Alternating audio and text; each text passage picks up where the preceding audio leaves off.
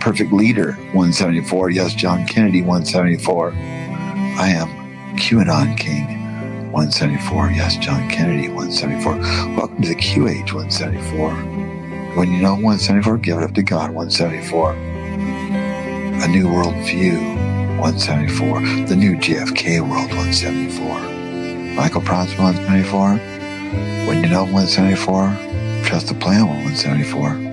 I am victorious, 174. I set out to win and I'm going to win. I am victorious, 174. Michael Prance, 174. Yes,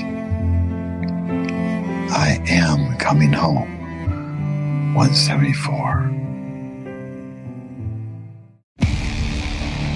You're trying to help, and you realize that you've been fooled and you've been used to traffic children.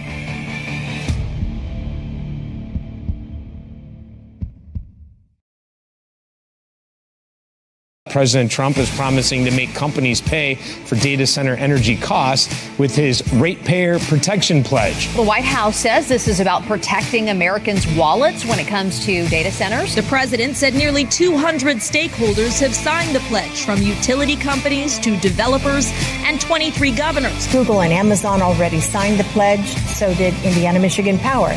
I&M says you've already seen 2 quarters of declining rates. Through this, President Trump is calling on all leading U.S. hyperscalers and AI companies to not only build or buy all the energy for building and operating it, but also paying for the full cost of the energy and the infrastructure, no matter what.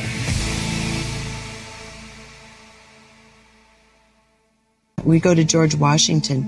It said that he communicated with Pleiadians. They gave him some visions for the future. George Washington actually received visions, and he actually was visited by Pleiadian beings. A lot of people don't realize that, but the whole concept of our Declaration of Independence and our Bill of Rights actually was downloaded from the Pleiadians, because these were systems that they were using in their own right. Civilization. Of well-structured societies that had been refined to the point where those principles actually worked. Because exactly. The consciousness of the people was there. Exactly. Yeah. So that's what I find so exciting about this story, is that our United States was actually influenced by these beautiful beings, from the Pleiades and from even other systems.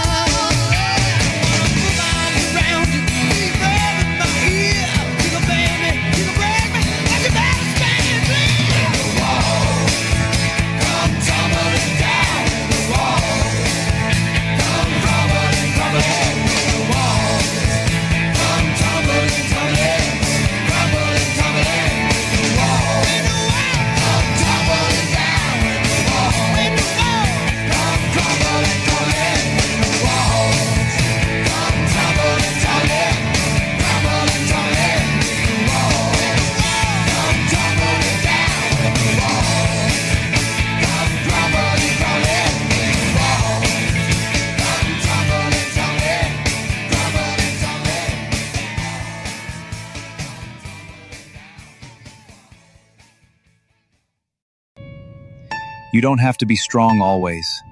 Just trust me.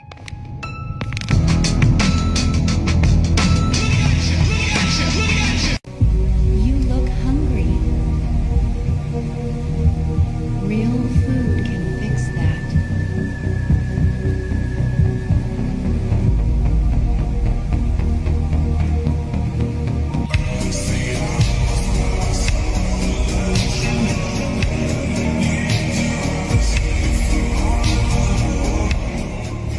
I don't know what other logical conclusion we can draw from the past couple months of Democrat idiocy other than that they want to systematically weaponize mass migration to flood our communities with illegal aliens in order to rig American elections in their favor and against Republicans. The people that count, those people love Trump. Because I've done more for you than your parents, okay? Your parents are good. I'm not going to knock your parents, but I have been better to you than your parents. That I can tell you, and they would agree with me. Wherever they may be, they would agree. So when I'm saying like somebody's an operative or whatever word you want to use, they're not like walking around on their off time, pulling out their secret CIA ID card and badging into the main building. That's not what happens. Even if you go back to Project Mockingbird, they're just getting some talking points in a letter every once in a while. They're just saying, oh, you know what? Don't have this guy on your show, or don't allow this to be spoken about on your show. Or if they talk about this, you're going to cut it out. There's simple things like that. Some very basic instructions. And the way that somebody like a Gen Z person might get recruited is, let's just use you as an example. Somebody comes up and says, hey, man, I love your podcast, yada, yada. They're in a restaurant, a bar, whatever. And they say, I have a serious question for you, though. Are you a patriot? Would you consider yourself a patriot? Now I've got you locked into identity, right? And then I say, well, I have an offer for you. But before I show you anything, I just want you to say yes or no. Would you be willing to entertain the offer and look at what I have? And it might be uncomfortable. Would you be willing to look at it? Sure. Yep. Stage one is I show you all of your browsing history, captures from your webcams on all of your phones and computers of you doing the most compromising shit you could ever possibly imagine. Every bad thing you've ever done recorded in some way. And I'd say, I like your podcast. I think you're doing a great job and I want to protect you. And I want to keep all this from the public eye. But we also want to give you $20,000 a month. So now you feel like you chose all of this. So you walk away not feeling like I shoved this in your face. I told you it was going to be stressful and you agreed to it. And you agreed that you're a patriot and all the other agreements. And now if you say yes, the reason that you're doing this on your podcast is for your country, because you're not going to call yourself compromised. We have this thing called cognitive dissonance that keeps our brain from thinking I'm a bad person. So now, even though you're being asked to silence people, not have certain people on the show, leave something out of your podcast, you're telling yourself, and whoever's your handler is telling you this is for the greater good. And you kept the Americans safe by doing that. And you'll tell yourself that and you'll feel good about it. So when a person is like in this situation, they will feel good about what they're doing. Even if it feels a little off in the back of their mind, they'll still feel like at the end of the day, I'm doing the right thing. Bigger picture. Isn't it going to hurt faith in our election process if a Republican-only policy to change how elections are run is rammed through 100 days, less than 100 days out from the election? No. In my opinion, for both sides to have credibility in the elections, in our elections, we need to do two things and only two things. Number one, you have to prove you are who you say you are in order to register to vote and to vote. And number two, however you decide to vote, that's up to the states. We need to go back to having an election day, not an election month. We've got to know the results of the election that night or shortly thereafter if it's close. That, to me, is what the SAVE Act is all about. And I think we can pass it. And I think we can craft it in a way to survive a bird bath. Grants, in other words. But we're not going to know if we don't try. Grants, in other words, to states to incentivize, not requirements for states to take action. Yeah, but that's your version. That's not the only thing. I've been contacted by some really smart people about a way to do it in addition to the grants. I'm not saying it'll work, but you're not going to know unless you try. The man is charged in the crash that killed 3 people in Salisbury. Officers say it happened just before 11 Saturday night on Mooresville Road near Town Court. 2 people died at the scene, a 3rd person at the hospital. Javier Pena Solo was taken to the hospital and later charged with 3 counts of felony hit and run involving serious injury or death. The victims' names have not been released. The story that I heard you speak, and I would love for you to share it with my audience. It was the story about George Washington. The bulletproof president? Yeah. You know, George Washington was a courier for General Braddock, one of the English generals during the French and Indian War. All of the couriers were killed, and Washington had 2 horses shot from beneath him, and he had 4 bullet holes in his jacket, but no flesh wounds. He had bullet fragments in his hair, no flesh wounds. Many years later, he still hadn't become president yet, but he was back in the area, and one of the Indian chiefs who had been involved was elderly at that point, near death. He said to his braves, "Take me to see this man. I must see him before I die." And when they brought him in the presence of Washington, he said, "Sir, I'm an expert marksman, and I shot you 17 times. And my men shot you." And pretty soon I told them to stop wasting their bullets. And I just wanted to meet the man who was protected by the great presence above. That story used to be in all of our history books until it became politically incorrect. Why was it politically incorrect? God. I'm not liking the devil. He's getting a little annoying for me. So all the currencies are going to go 1-to-1. It's just if you're a small company, you'll have less dollars. If you're a bigger country, you'll have more dollars. They're all going 1-to-1. There's going to be no more interest rates, no more IRS. And so world peace is here. It's going to no more wars. And the money that has been devalued the most, they have allowed people like us to buy those currencies. They're going to be revalued. It is designed for sign up for the humanitarian project. You have to sign a non-disclosure agreement. Before they ever say a word to you. So you keep your mouth shut. You sign the non-disclosure agreement. They show you the different programs you can take part in. They revalue your currency. So you're going to have money. They'll be in a U.S. Treasury account. They're going to fund your account like 1% to start. You're going to take care of certain things. They're going to fund it a little bit more later. You will practice donating this money to charity. They're in different categories. Your job is to know kind of what you want to do. So pick a category that moves you. You may get more if you're the category where no one's picked. You may get less because you're the category that everybody picked. And as long as you're spending the money right, you'll still have access to your U.S. Treasury account. If you don't do it right, it's the U.S. Treasury. It's already in their bank. It's not yours. It's theirs. As long as you spend it right, it's yours. But it's yours to give to charities at a certain rate. So they will help you and guide you on what percentage you get to keep and what percentage needs to go towards these different humanitarian projects. So we have the opportunity to go around and make the world a better place and make up for the crap we screwed up, the people we wasted. And that's what the money's for. Not for a new business for yourself. Not for a brand new house and car. You get to spend X amount on yourself. Then you're going to get paid to do God's work. But it's not your money. It belongs to the world that we screwed up. And your job is to be an ambassador and help fix the world and do the right thing. So we have an opportunity to do God's work and get paid for it. Now, that's heaven to me. The U.S. Constitution. This bedrock of America's government was written more than 230 years ago.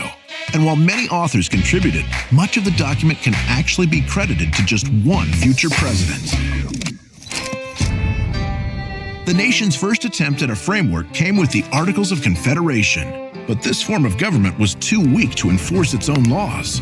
Virginia's James Madison saw this fatal flaw and boldly campaigned for a revised constitution.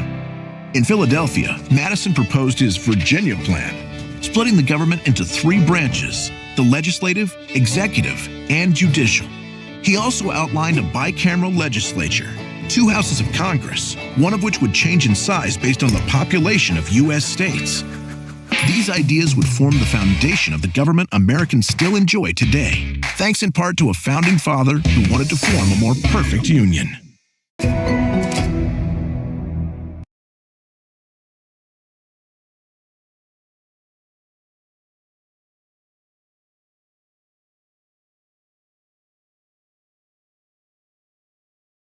Well, this story back in the news, Dr. Fauci under fire ahead of his congressional testimony this week. Republicans highlighting his private COVID diary entries that show his evolving relationship with President Trump and other top officials during the COVID-19 pandemic. And Mark Meredith has the details in Washington. This story's heating up, Mark. Dana, it sure is. It's quite the read. Dr. Fauci left government service back in 2022, but some lawmakers think his time at the National Institutes of Health deserve much harsher scrutiny. His detailed diary was posted by Senator Rand Paul over the weekend, and it shows what occurred as the pandemic began. Go back to January 26, 2020. Dr. Fauci wrote, it appears, using data that the first infection was in early December and was not connected to the market. The infection spread among people weeks before the Chinese reported that they were dealing with a new infection, and that gave the virus time to establish itself in a multi-generational spread. Now, that market we're talking about is out in Wuhan, China. Fauci has long said he does not believe the virus began as a result of a lab leak nearby, but the feds are split on that lab leak theory, believing it's very well possible. Fauci has also long fought with Senator Paul over the origins of COVID, how the government invested in medical research, and how the first Trump administration handled the crisis.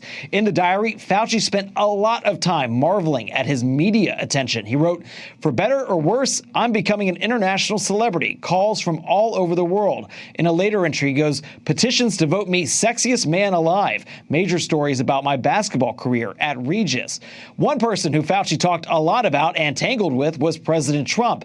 Fauci details the relationship, and he said that he often struggled to course correct as Trump would get mad about something Fauci would say about the virus. He wrote, "I am concerned that we really do not have a clear path to open up the country at the end of April. No one is really in charge or even knows what they are doing." Fauci claimed after the 2020 election, Trump undermined everything he was trying to do. And there is a lot to unpack here. This diary is over 1,000 pages. It makes for a fascinating look back at that dark time in U.S. history. But Dana, this is important because, as you mentioned this week, Fauci is back on the Hill on Wednesday. This election was decided by 44,000 votes in Georgia, Arizona, and Wisconsin. If we, the people, hadn't been lied to, Trump would have won. 16 states, she has found tens of thousands of non-citizens, some of them illegal aliens, who have made it in a position to vote because they got onto the voter rolls despite all the claims that we've got a perfect system. Then she said they have proven already dozens of illegal aliens and non-citizens have actually cast ballots in federal elections, and they've only begun the process. They're less than half of the states. And by the way, the big states are resisting, right? California, New York. So these patterns are already forming in states, by the way, some states which have pretty good voter rolls. That should be an informational point that every senator should have on their front plate. We should know by state the number of non-citizens that got on the rolls, the number of dead people that were on the rolls. Now, then she said there were hundreds of thousands of dead people that they were able to find on the voter rolls who were still active on these states. That's just the first 16 states. That's a data point that the White House and the Senate leadership should get to every senator. And the Justice Department should break it down by state. Just in these 16 states, here's the numbers. Start educating people about how loose the system is. There's a false sense of security that has wavered over this debate, and it's time to give people the data points. This was not a free and fair election. The FBI rigged the 2020 election. This is the biggest conspiracy I've ever seen. And the media won't touch it because they're complicit too. They are now out of a job. Their firings, which they were informed about just yesterday, are part of an effort ushered in by the new acting director of national intelligence, Bill Pulte. An intelligence official who spoke on condition of anonymity due to the potential for reprisal told MS Now these officials are being dismissed because leadership believes that they have withheld intelligence. That allegation, one former official refers to as, quote, absurd. It comes as former special counsel Jack Smith. And in support of wildlife protection and public safety, a joint investigation by the U.S. Fish and Wildlife Service and the FBI resulted in the sentencing of an Ohio man for his involvement in the production and distribution of videos depicting the torture and abuse of monkeys, underscoring the Trump administration's commitment to rooting out criminals and criminal behavior by holding offenders accountable.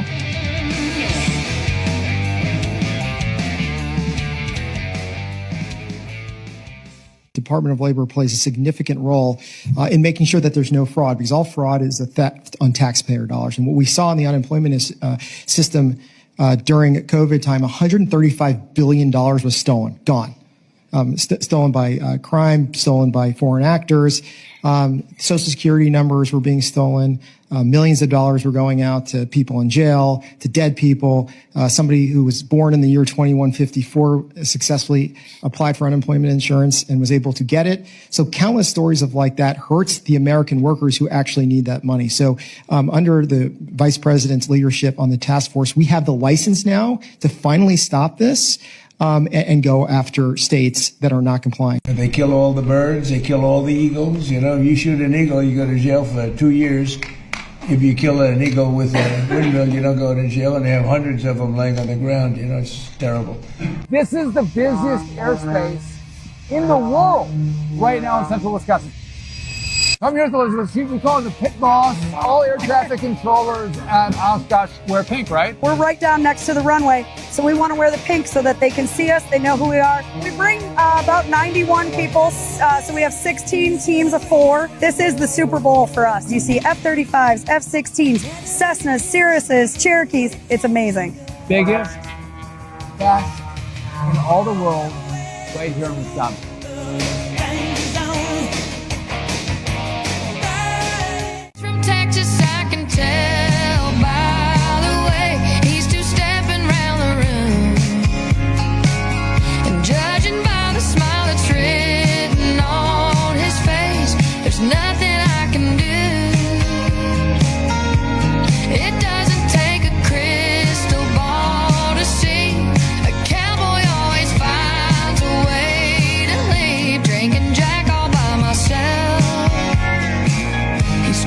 Texas, I can tell.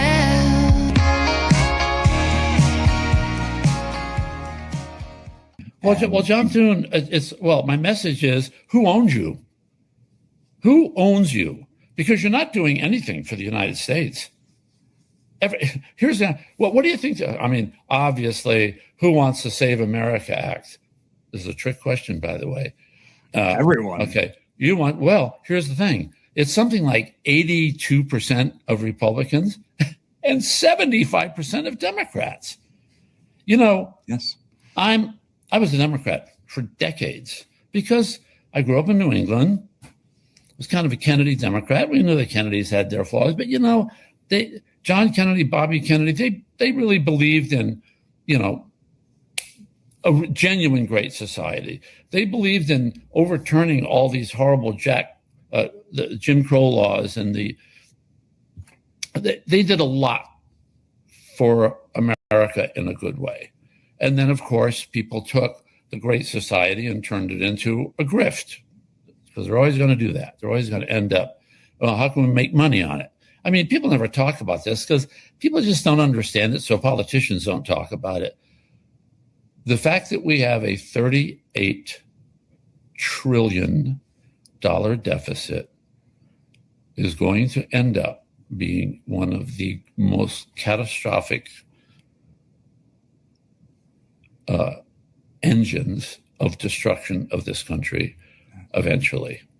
Because, see, my mother grew up during the Great Depression. She says, Jimmy, you don't know what the Depression was like. Nobody had any money. Like, guys who used to, my banker, not her banker, she was a kid, but, your banker would be standing on the corner selling apples. People would have, a hot dog for dinner, a hamburger, and then a whole family would divide it up. I mean, it's not a joke. I'm sure people snicker and make jokes about it. But the bottom line is it was a horrible, horrible, horrible time in this country. And we're set for it again. And how much of that $38 trillion, if you had to guess, when I was a kid, I lost my dad at a very early age. And, when you're a kid, you always say, gee, if God would ever let Dad come back, what would I say to him? What would I show him? What would I, it was a kind of childhood dream. But I always wonder what would happen if my dad or my mom, God rest her soul, my brother, God rest his soul. Hey, what do you think of this? What is it? Well, we're $38 trillion in deficit. Wow, where did that money all go? Well, here's a bunch of guys from Somalia, and they've taken several trillion of it, and it's all a scam. It's all crooked. It's a horrible violation of the American way of life. Yes. And the guy running the whole thing up there was just the Democrat candidate for vice president. What? Yeah, hard to believe. It's just hard to believe. Oh, and by the way, the same people want to, castrate children because they like the color pink and they want to do all this. I'm speaking metaphorically before you all lose your shit. Okay. But they certainly want to do chemical castrations and so on. And I mean, we're talking about, we want an open border and defund the police and all the rest of it. Wear paper diapers on your face, because let me tell you, COVID was not a pandemic. It was a trial run. And don't think it wasn't, because if Donald Trump weren't running for re-election that year, COVID would never have existed. Say I'm a right-wing lunatic, say whatever you want, I don't give a shit, okay? Because almost every single conspiracy theory that was touted 5 years ago is coming true, okay? You want to talk about the Russia hoax? Yep, Hillary Clinton, by the way, sold half her uranium to the Russians, so on, and censured liar Adam Schiff, got together and they promoted this thing, which, hey, we can't wait for Mueller time. The guy comes out and goes, well, it's all a lie. Okay, well then, why did we interrupt the presidency for almost the entire 3 years and not let him get on with his agenda? That's what we voted for. So when you're doing it to him, you're doing it to us. Aloha, this is Santa Surfing. Today is Monday, July 27, 2026. Okay, so we have on this podcast, the President Trump, his posts from last night, pretty much the aftermath of the fake news dinner, but the post that reveals a lot of justice that's coming, futuristic things, time travel, JFK, and a lot more. There was a video that was put out early in the morning by President Trump, and it does talk about a political avalanche that's coming with new indictments, justice coming, arrests coming as well. So it's kind of interesting. This podcast covers the highlights of those. And then the people that are on President Trump's target list. So why would President Trump post that, right? And then also how President Trump, he is putting out there about this futuristic world and time travel, and a post with him and JFK Sr., and is it that time to reveal everything and just to be prepared? The podcast link is either above or below. Enjoy the podcast. I'll have another show very soon. Aloha. Thank you, Mr. President. Well, we can thank this gentleman right here for all these jobs coming back, and I hear it all the time from all my connections at all the different auto plants around the Metro Detroit area. Jobs are coming back to America. Kamala Harris was running against this guy when he ran for re-election. She wanted to get rid of the internal combustion engine, and crazy Sean Fain endorsed her. So we've got to change the mindset. We've got to build, if they want to sell in our market, they got to build it in our market. And that's what this guy told them. So thank you, Mr. President. It's because of you, you saved our domestic auto industry. Thank you.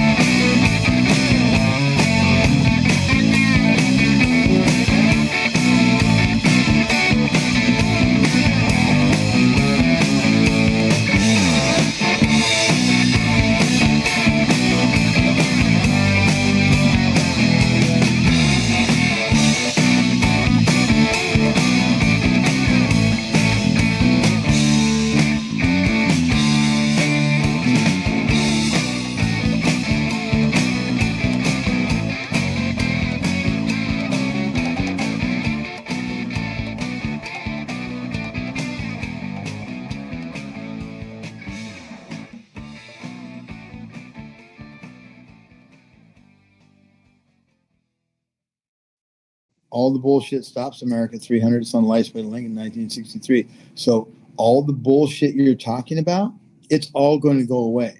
So between now and then, it's going to be a little bumpy because guess what? For a glorious country 232, you got to do some glorious demolition 232. So you got to tear shit down, and then you got to build it back up so you can have this glorious thing that you are looking for. It's a building. It's sorry to keep you waiting. House Resolution 9237, also known as the Take Care of America's Veterans Act, or TCAVA for short. This bill is designed to deliver long-delayed help to combat disabled retirees, severely injured veterans, surviving spouses, caregivers, and veterans struggling to access timely medical care, and so much more.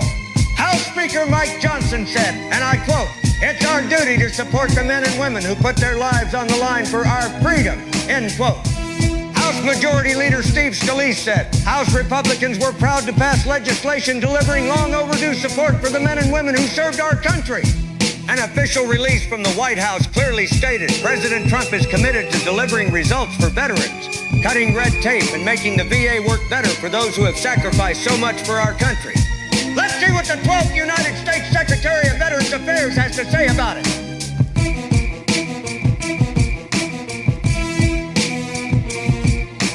Well, apparently the Secretary of Veterans Affairs could care less about this bill, disabled veterans, or even his job for that matter. This has been another public service announcement, paid for by the Dilly Meme team. Last week, the State Department released a 100-page report entitled Cuba, the Capital of 20th Century Communism, and Secretary of State Marco Rubio weighed in with these comments.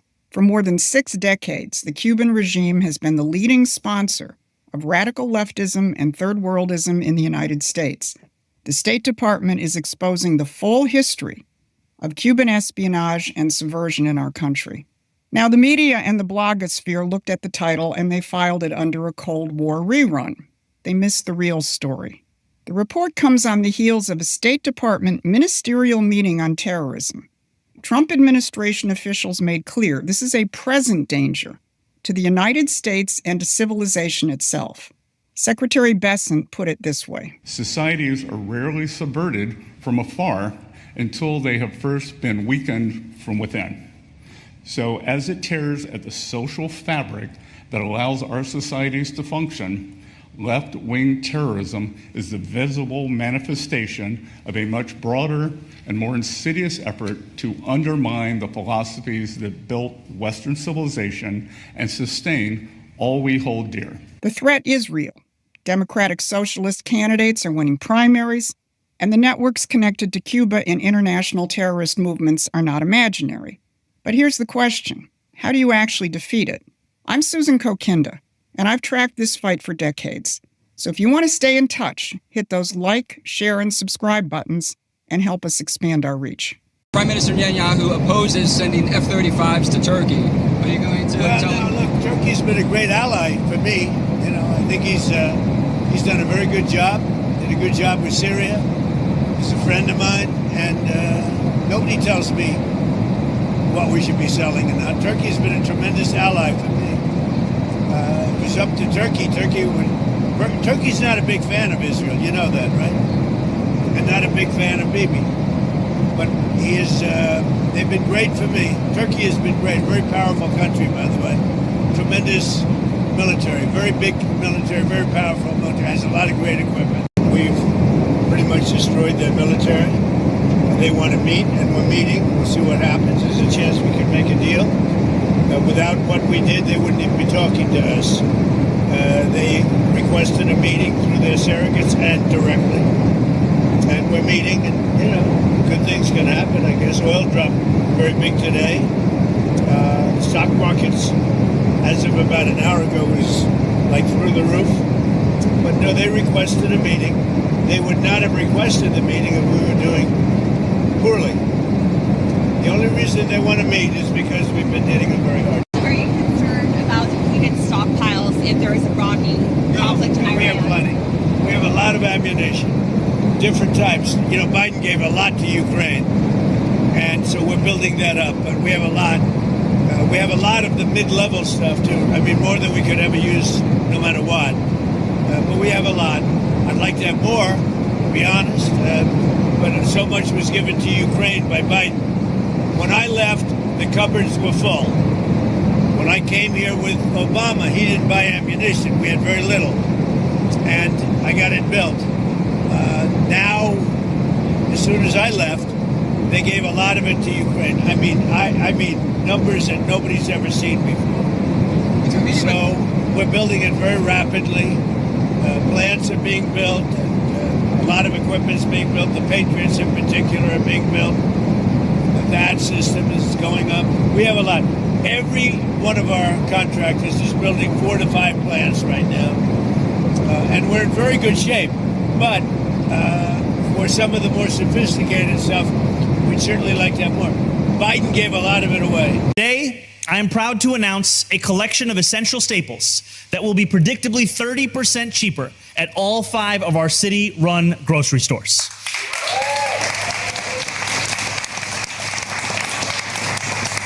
This core set of goods will include all fresh produce, meat, and seafood, along with 20 other essential items like cheese, milk, and bread. Here's how it will work. Once a month, our 5 city-run grocery stores will set prices for this core set of goods at 30% below typical retail prices. No exceptions, no gimmicks. The savings will last for the entire month. That means no weekly fluctuations nor sticker shock at the checkout line. Not for our seniors living on fixed incomes, nor for the parents who rely on a regular supply of apple slices to keep toddler tantrums at bay. And extending it, I think the Trump administration, as they have across about 9 or 10 different countries, have said that temporary protective status is just that, it's temporary. So the idea is that these individuals, if they don't adjust status, will need to leave the country, and ICE is there to enforce that order of removal. Okay, so Chad, here's my question. I remember when this was happening, there were several countries who were given TPS, and Haiti was just one of them. So why is the attention on the Haitians right now, or is this just the first group? Yeah, I don't think it's just going to be on the Haitians. I think it's going to be on all of those individuals, like I said, across 8 or 9 different countries that the administration has ended TPS on. They're all going to be targets for removal. And so I don't think it'll just be the Haitians, although that's going to be the largest group, as you indicated with those numbers. The Biden administration not only extended TPS, but then allowed a lot of these Haitians to come in on parole and other types of status coming in. And the administration has ended all of that, getting back to the original intent of immigration law. So, again, the focus, I don't believe, from ICE will just be on Haitians, but that's obviously what's being reported now. But there'll be other groups as well. Pentagon is making a major investment in the skilled trades workforce, awarding $10 million to the Mike Rowe Works Foundation with the goal of getting more young Americans trained to help build and repair ships, aircraft, and munitions. To tell us what he's going to do with that check is the founder of the Mike Rowe Works Foundation, Mike Rowe. Mike, I think the most obvious question here. How'd you talk the Pentagon into giving you $10 million? Well, it only took 15 years. I went to Congress literally 15 years ago. I testified before a House committee and then in front of the Senate as well on behalf of my own foundation, Mike Rowe Works, just to talk about the need to close the skills gap and make a more persuasive case for a bunch of great jobs that didn't require a 4-year degree that nobody seemed to want. Flash forward 15 years, turns out these are AI-proof 6-figure jobs that we're talking about, and hundreds of thousands of them exist within the DIB, the Defense Industrial Base. So the short version is the feds have quite rightly come to the conclusion that we've got a skills gap that is not only affecting the population at large, it's impacting our national security. We're looking for the next generation of submarine builders and ship builders and people who can work on sophisticated weapon systems.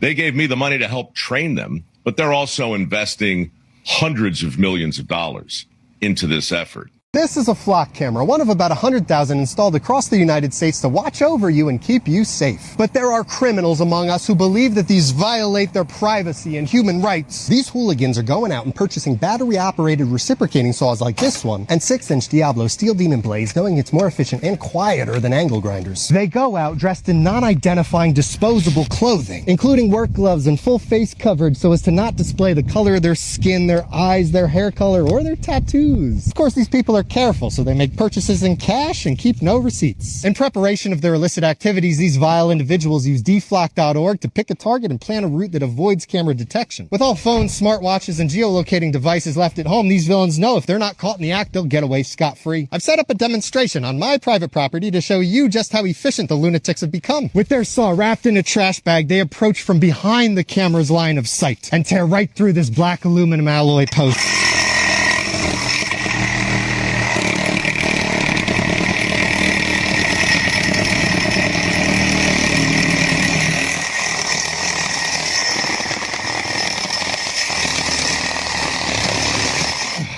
Hopefully Flock has secured the cameras a little better so they don't get a personal injury lawsuit. Once these degenerates have destroyed the post, they go for the camera too, even the solar panel. They're thorough in their destruction to ensure maximum monetary loss, and they always leave the remnants behind as a visceral message to all. After this, the cold-hearted anarchist makes their predetermined getaway, casually yet swift. By adhering to this specific set of principles, this wild subculture of flock hunters ensures that their MO is always the same. The modus operandi never changes. That way, if one of their members is picked up by law enforcement, they will face one charge of vandalism, but tying them to any previous or subsequent acts of destruction will be nearly impossible for the prosecutor. Some say flock hunters are domestic terrorists, others true patriots protecting our rights, our freedom, and our future. As for me, well, I'm just an unbiased, independent journalist. The vision of affordable, well-run, city-owned grocery stores can only be accomplished with experienced operators who know how to source products, stock the shelves, and help answer. So the University of Nebraska took 1/4 pound patty that was headed to McDonald's from a big processing plant and ran some tests on it. They were testing for how many different strains of DNA they could find in that 1/4 pound. Can you guess how many they found? Over 1,300 different strains of DNA were found in that 1/4 pound patty. Now this is very concerning. Over at the shop, we process one animal, take all the whole muscle trim from that one animal, and make our ground beef. So you got over 1,300 different animals in 1/4 pound, or one animal in all those chubs of ground beef that we sell. Something you guys might want to consider next time you guys are buying beef. And remember guys, buy American, buy local. You know how long we take now for even organically grown chickens to go from the hatched egg to the market? When I first started doing this 15 years ago, I told people how alarming it was that we were getting a chick to market in 4 months instead of a year. And then it went from 18 weeks to 16 weeks to 14 weeks to 12 weeks. And now I just recently read a report that even organically raised chickens are going to market in 8 weeks. Now, the poultry industry, with the backing of our government and with this backing of legislation, insists that there are no hormones used in the poultry industry. Then how? What accounts for that change? The trick is in the feed. When a modern farmer buys eggs, he buys fertilized eggs and signs a contract to buy the food only from that egg supplier. And these are big multinational companies. He also signs a contract that he will not try to find out what's in the food. And we are not allowed. It's proprietary. No, we don't use hormones, but we won't tell you what we give them. And your government not only accepts, but enforces that. Right now, Central Florida is seeing an increase in leprosy cases, also known as Hansen's disease. Researchers say it might be an endemic in the state, but it's not as common or as easily spread as we might think. Lester's Brevard County reporter Megan Moriarty explains why health experts say you should not panic. A disease dating back 4,000 years is making its way through Central Florida. But what we think we know about leprosy, also known as Hansen's disease, could make it seem scarier than it actually is. It is completely curable with the modern medication therapies that we have. According to the CDC, leprosy was once this feared disease thought of as highly contagious and deadly, but it's actually hard to spread. Dr. Nashad Amin, Chief Medical Officer at Health First Palm Bay Hospital, explained how one might get it. It's spread primarily by respiratory droplets, such as sneezing, coughing, with prolonged exposure. So say if somebody is infected just by sitting with them, shaking their hands, sharing meals, does not confer transmission of the infection. It is prolonged household for many months to years. But there's also one other way to contract the disease, through armadillos. Dr. Amin says to keep your distance from them, don't feed them, and don't try to relocate them. Call animal control instead. He says armadillo-contaminated soil can also be a hazard, so wear gloves while gardening. So far this year, there's been 17 cases of Hansen's disease statewide, with just one in most of our counties except for Volusia, according to the Florida Department of Health. Last year, there were 36 cases in Florida, 6 in Brevard County, 2 in Lake, 8 in Volusia, and 1 or no cases in our other counties. In 2024, there were 20 cases statewide, so based on the data, cases are rising. You play checkers. He plays 5D chess. You just, everybody has to remember they're a checker player. They have no concept of 5D chess. They don't understand. They make these assumptions and these thought processes, in their minds, and they their minds run away with them. They have no idea what they're talking about. You got to do a lot of research to find out some of this stuff. Yeah, there's a lot of people around the world that have been touched by famous people, and they don't see those people as political. And there's a reason for it. And those people are about to show up, and they're going to help the world, accept the truth, because the truth is so fantastic that it's going to be hard to believe. They've been told lies that are nasty and bad, and the amazing thing is they're going to have a hard time believing a fantastic lie that's good. It's like, why'd you believe all these big, huge lies that were bad? An agenda to control exactly what people think, and this is extremely dangerous to our democracy.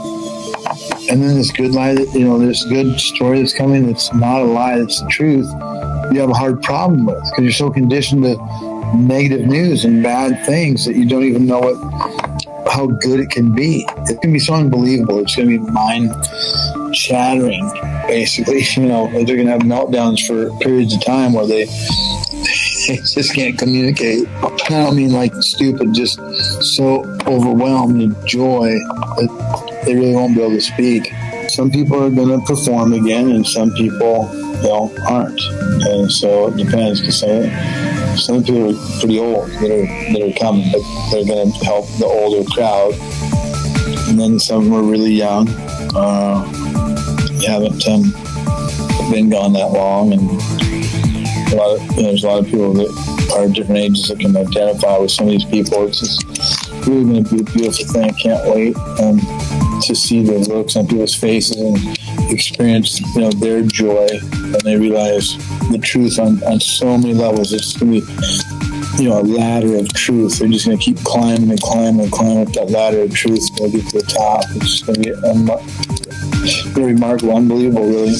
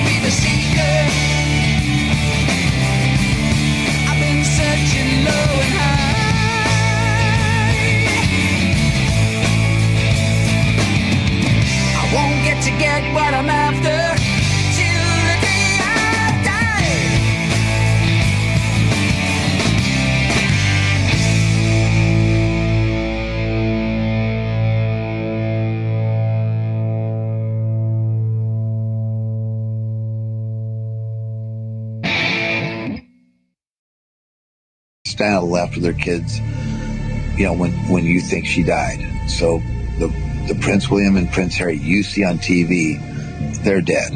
They aren't Princess Diana's kids. She would never leave without her kids. Ever. So, ever. Not leave one of those freaks. So she took her kids out of there when she left. And the world can't find out about this, this negative, positive war between these enemies, these evil freaks, and the good people, because the game is up for them. Because there's way more of us and way few of them. They cannot risk us finding out the truth. So when we took her out, they couldn't say, "Oh, you faked her death." That can of worms cannot be opened. So that's a benefit to us. It's also a benefit to them, but it's also a detriment to them, because they have to work in the dark. We can work in the light and the dark, and they can only work in the dark. And so therefore, they're going to lose. What's coming is inevitable, like JFK said. So Prince William, he runs a country. He's in politics. Very few people have seen William. Almost everybody in the television world in the United States has definitely seen Prince Harry. It's been in your face. You just don't know it. You're going to be blown away when you find out who he is. It's gonna rock people. This is a movie, Is it tough being a junior?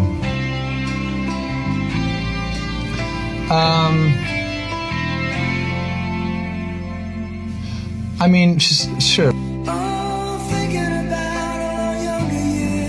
Over a quarter century ago,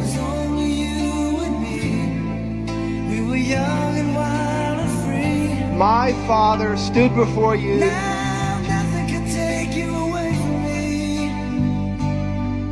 We've been down that road before, but that's over now. To accept the nomination for the presidency of the United States.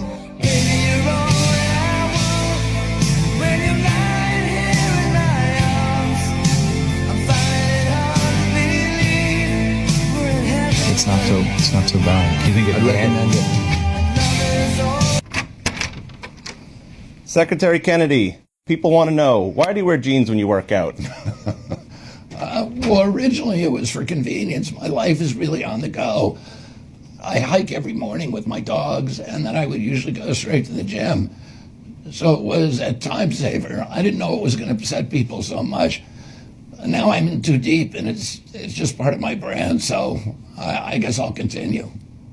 Robert F. Kennedy Jr. He's going to help make America healthy again.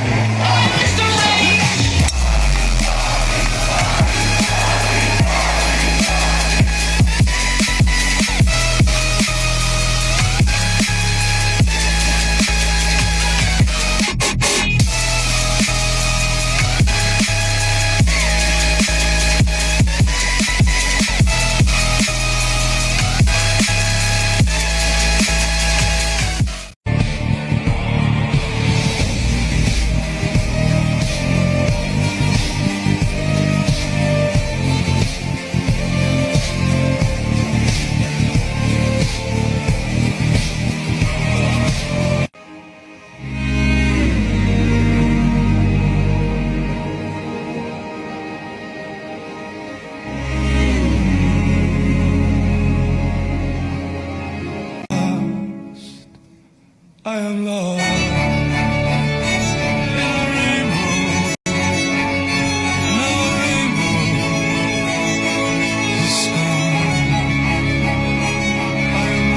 No wonder they got angry. No wonder they threw stones at him. No wonder they tried to kill him. And no wonder they eventually did crucify him. He stood and said, "I am God." And with one snap of his finger, 72,000 angels had already drawn their swords, ready to come to his rescue and wipe this planet out of existence in the universe. And Jesus said no.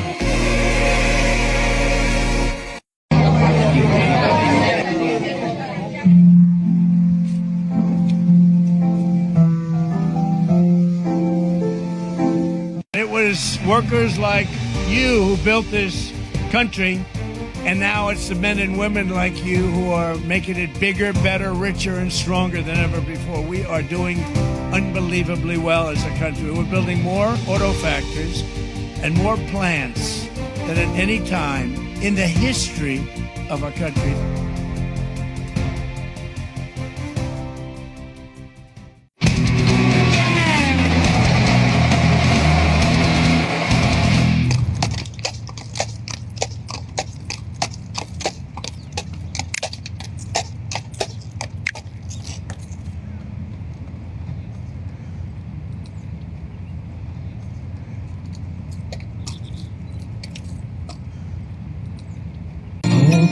Beautiful for spacious skies, forever is a time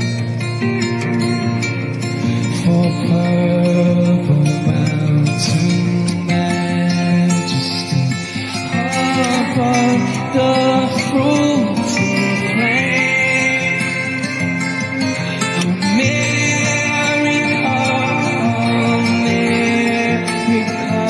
God shed His grace on me and crowned our glory brotherhood from sea to shining sea. The White House ballroom, the underground surveillance center, is child's play compared to what I'm about to tell you about. They've already set up the scariest surveillance apparatus that I've ever seen, and it's being deployed, and I don't think enough people know about it to stop it, but we can stop it. I went to follow the money on Flock cameras because I had been hearing about them and I wanted to learn more about them and see what was going on. So as I do, I follow the money. If you're new here, I spent 20 years in intelligence. I now follow the money, uncover fraud, corruption in nonprofits, corporations, politicians, people trying to screw Americans. You can find my deep dives on Substack, and it's free to subscribe. All right, so Flock are the actual cameras. They're not the game cameras like I actually thought, the ones that monitor birds. The name of the company is called Flock Cameras. It was born, I think, 2018. 3 Georgia Tech students. One of them was a victim of a crime, and he found out that, hey, license plates are pretty much the linchpin in catching a criminal. And then Flock was born. And it's in 5,000 towns, and there's over 80,000 cameras now across the United States. And it's meant to catch crime. However, since the past 2 years, they've started to add accessories to their Flock cameras. And those accessories aren't like bracelets. Think of them as more electric dog collars. And they're taken innocent capability to catch criminals, and they start turning it into something that gets pretty nefarious pretty quick. And that's what I found in my Follow the Money. So let's go through the different parts of it. Your Flock cameras are your cameras that are attached to light poles, pretty much, and they trace license plates.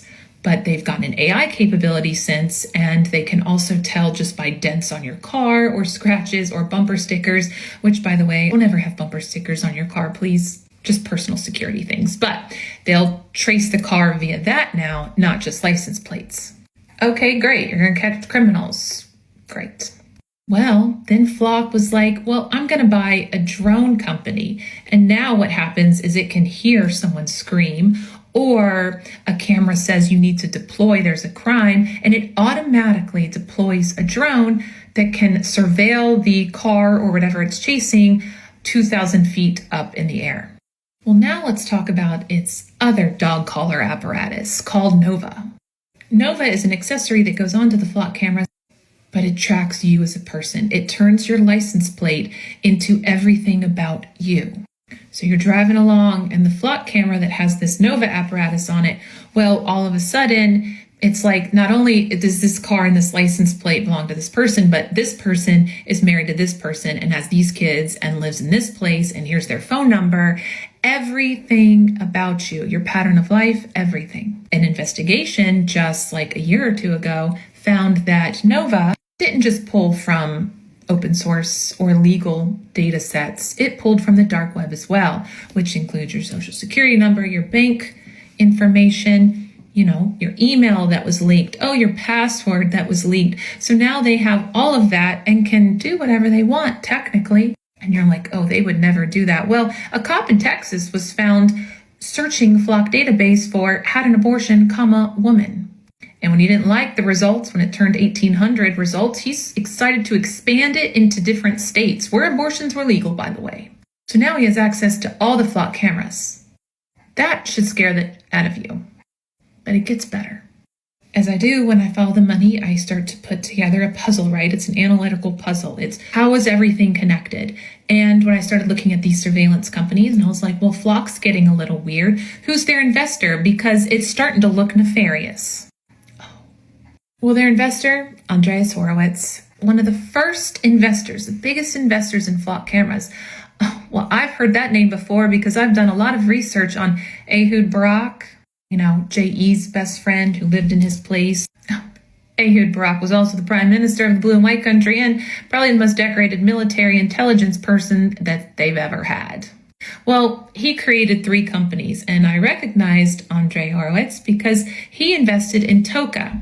If you want to go back and look at my videos on Toka, you can. It's very scary. But Toka is the company that Ehud Barak had that he helped sell to our intelligence agencies that can go into any live camera and alter the footage in real time or past. Doesn't matter. It can take things away. It can create fake footage, whatever. It doesn't matter, and leave no forensic evidence. Andreas Horowitz, well, he was an investor in Toka. Ehud Barak also is the co-founder of Carbine that has since been sold, but it's the 911 system that when you call 911, it can get into your microphone, it can get into your camera, it can know your exact location. Well, they've also sold this technology to the cars that are about to spy on us. That's this. I'm going to show you how all this connects. Because if you think about it, we have a surveillance system that already exists run by corporations, okay? Like, where's the privacy? Getting all of our data, knowing everything about us, connected to a company through an investor, the biggest investor, that can alter any footage they want, and then you've got a drone involved, you could technically make someone a criminal. And here's how they all connect. All of the companies, you have Andre Horowitz up there, and you also have Peter Thiel. Peter Thiel's Founders Fund, well, they also invested in Flock and Carbine. So we've got Carbine, Toka, all connected to Flock through large investors. Okay, nothing to see here though, folks. I'll put this graphic on my Substack for you guys. All right, stay tuned for part 2 where I'm going to tell you about their competitor that used to work with Flock that now branched off and they're doing their own thing and now they can track our Bluetooth devices. And the company is from an Italian military defense company. We've got spy competitors for the United States. Stay tuned. Let's get rid of daylight saving time stuff, okay? We have a bill in. Hopefully the Senate's going to approve that one. The House approved it, and we're going to get rid of that. We have 11,888 are murderers, many of whom, they say more than 50% of whom killed more than one person. We don't want them in this country. They allowed them to come in through the stupid open border. They came in like water. You've seen it. And right now, it was just announced, again, this is now the 15th month in a row, 0 people have come through our border illegally. 0. What's your relationship like with the Senate Majority Leader? It's fine. He's got to get his job done. It's fun. I have a good relationship with John, too. He's just got to get his job done. You got to get the Save America Act passed. Or better than that would be the filibuster. If you terminate the filibuster, everything happens. If you don't terminate the filibuster, only bad things will happen. If you don't terminate the filibuster, only bad things will happen. But you don't want to see him replaced as leader? I haven't even thought of it. We're going to Michigan. The car companies are doing better than they've ever done. Many, many plants are being built all over the United States. They'll be opening them over the next year. Toyota just agreed to come in, move its entire operation out of Mexico and into the United States. They'll be opening, I guess, the largest plant in the world, somebody said, but all because of tariffs and because of me. All because of Trump. So it's been pretty amazing, actually. Conspiracy-driven cult. A conspiracy. Almost 4 years, can you believe it? crux of the theory is this belief that you are secretly saving the world from this satanic cult of pedophiles and cannibals. Does that sound like something you are behind? Is that supposed to be a bad thing or a good thing? I mean, you know, if I can help save the world from problems, I'm willing to do it. I'm willing to put myself out there. And we are, actually. This next segment is brought to you by the letter Q, specifically QAnon. What is QAnon? A movement, cult, and conspiracy theory. The conspiracy theory. The conspiracy-driven cult. A conspiracy group that has been labeled a potential domestic terrorism threat by none other than the FBI. A potential domestic terrorism threat by none other than the FBI. By none other than the FBI. Then put your little hand in mine. There ain't no hill or mountain we can't climb. I got you, babe. I got you, babe. Well, Iran took a beating over the last 14 days, and they asked us very nicely, please stop. Let's meet. And that's what we are right now. See what happens. If we don't make a deal, we go back to the same thing. President Zelensky says that Russia is giving Iran satellite imagery of U.S. bases in the Gulf to help them target. What can you do about that? Well, we'll find out if that's true. I'll ask Putin about it. We'll find out. Hasn't had much impact because we've knocked the hell out of them. What do you think? If that's the case, look, you know, they gave Venezuela a lot of equipment. Venezuela had all Russian equipment. How did that work out? Not too good. So they may be giving, but if they are, it hasn't worked out because they have no army, they have no air force, they have no navy, they have no nothing. So it hasn't worked out well. I don't think they've been doing it. Certainly not at a high level. And if they have, it has been very unimpactful. Back to America, okay? Justice in America. So we are now at bat. We have to go out to our fellow citizens, help them understand the context. When the president does what I believe he's going to have to do before the fall election, he's going to have to pause the election cycle. God uniquely gave me that message, I believe. And I've been saying it for several years now, all the way back to 2021 and even 2020 in the fall election. There's going to have to be a pause.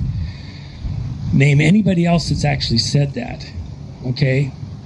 Even when I was on a private call with attorneys talking on this stuff back in 2022, and Peter Tickton was on the line. There were several attorneys. It was a very expensive call. It cost a lot of money per hour because of all the attorneys on this call.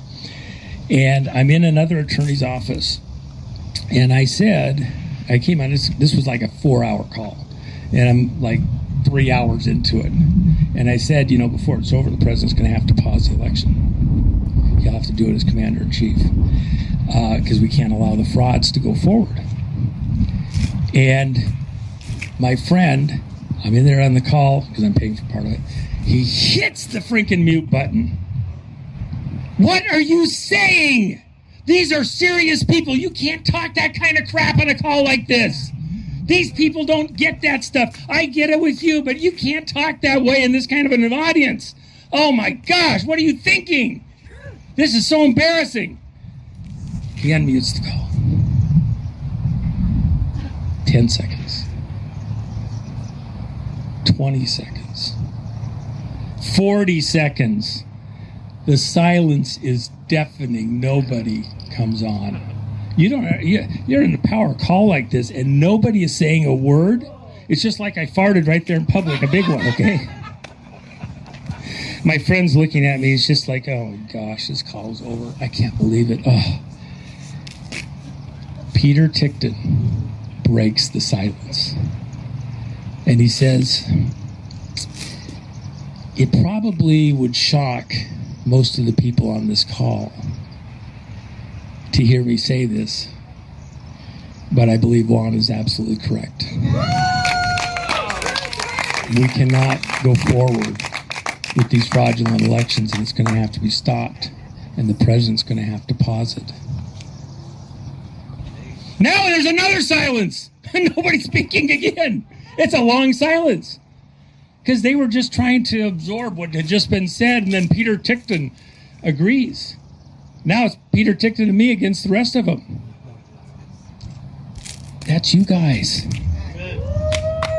We're in that pause moment where you're going to have to explain this to the people around you, why we can't go forward with these fraudulent elections and circumstances continue. We must stop it, dead stop, get it back under control, and right our ship of state. Take the pirates out of the helm of the ship. Okay? And we don't do it without God's assistance. Okay? It's a hand of God moment that we're in right now. You're the hinges at a hinge moment in history. The Pilgrims came here to this hinge location on all of planet Earth to forward the kingdom of God. We're here to take those next steps at a hinge moment, a pivotal moment in time. You're the Gideons.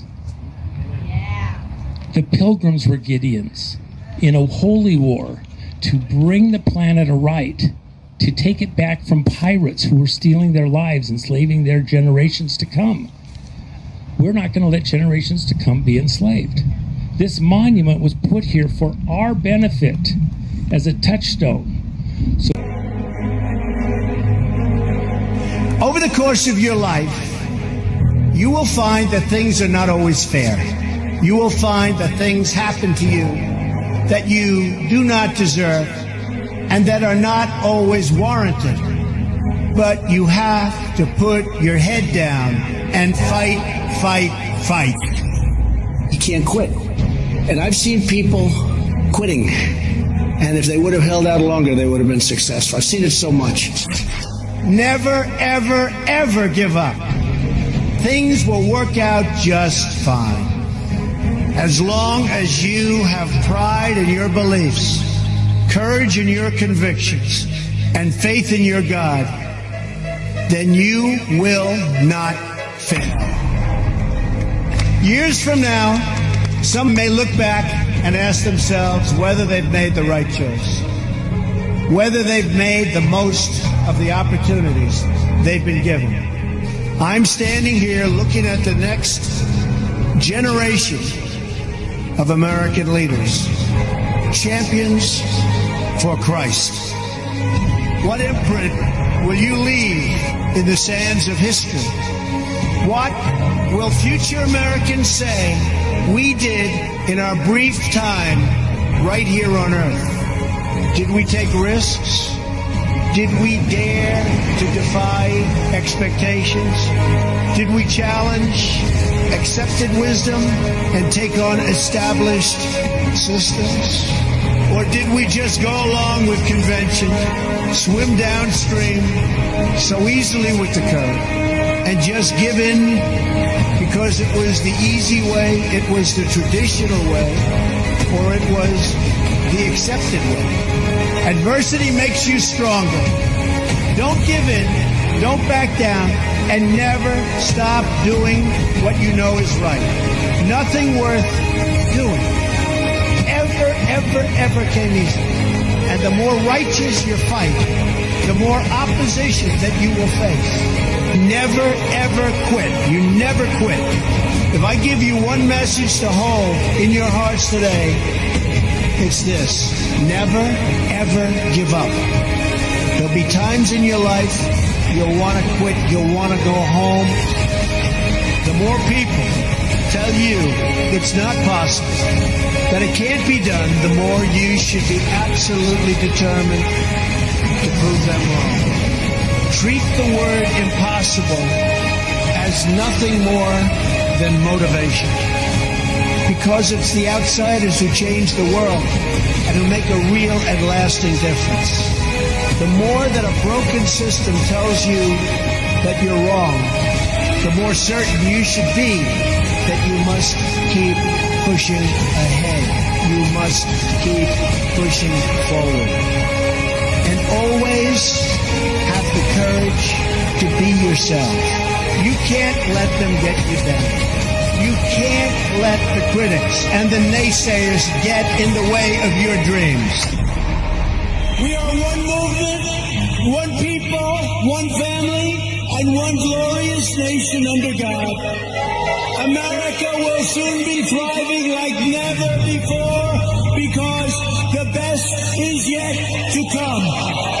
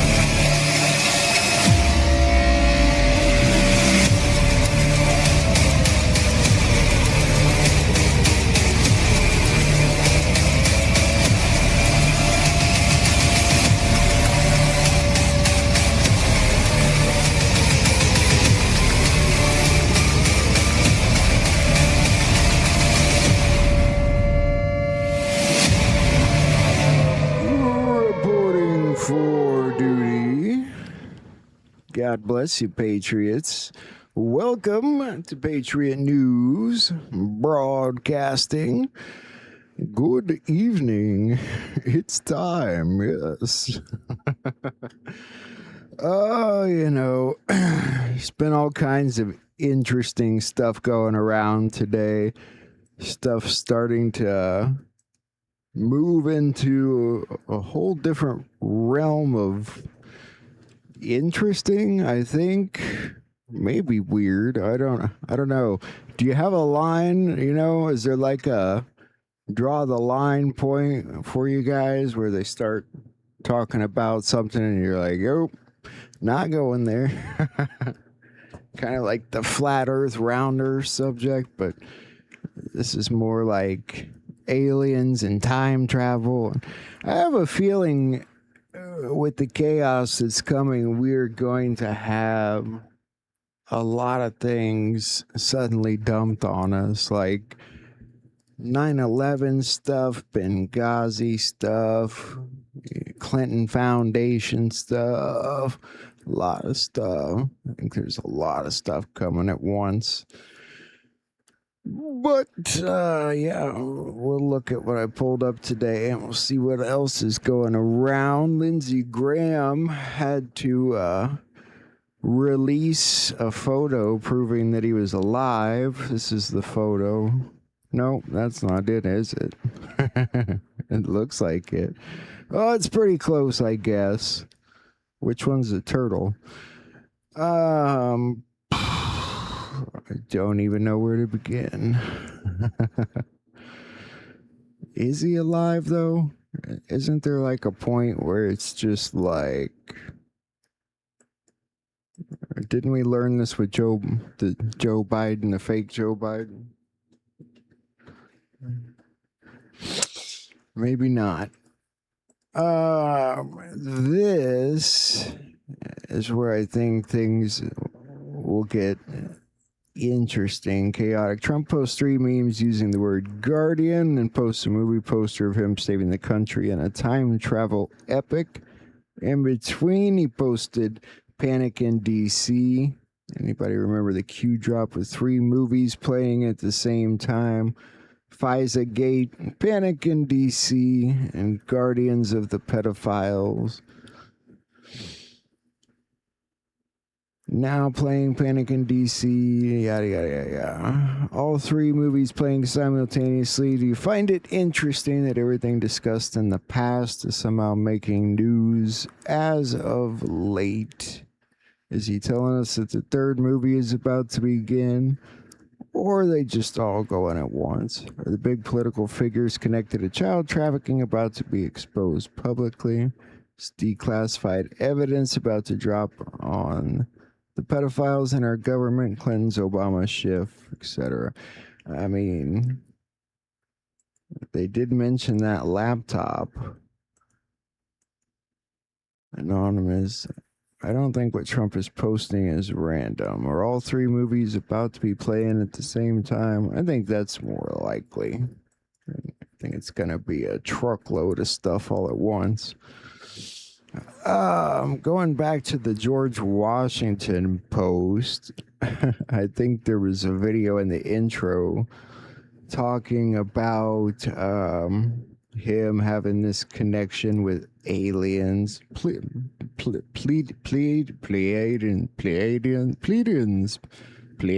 I can't say it right.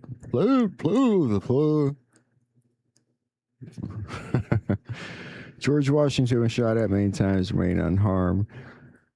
Donald Trump was shot at, survived multiple assassination attempts. We know from our own contact that Washington was a Pleiadian starseed. So, were all our presidents aliens then? Is that what this is going towards? Or am I just, it's all over the place? Who had face-to-face meetings with Pleiadians? We also know that Trump is a contactee. How do we know this? Where is this at? Both were saved by angelic intervention. Soon Earth will understand the enormous positive influence that Galactic Federation has had on humanity. Think they're about to turn our world upside down? Not that it wasn't already upside down. Maybe they turn it right back up. I don't know.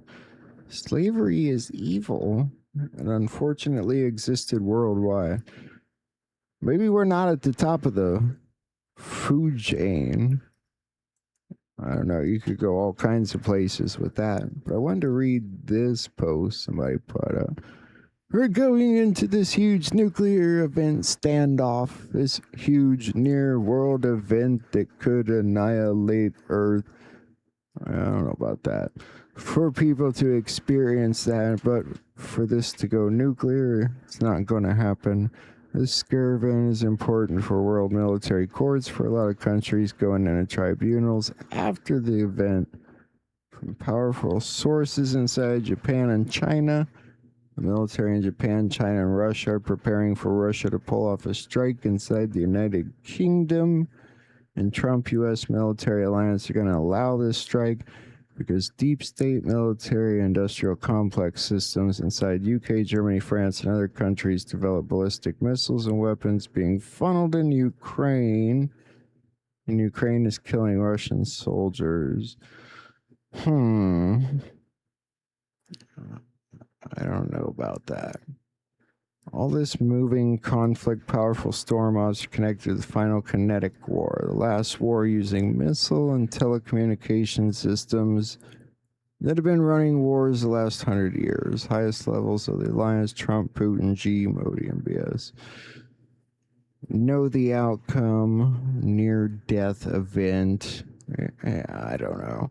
Most only believe what they see and will get scared, but there are people who are awake who understand it's a stage. I mean, I'm not saying it's 100% far-fetched.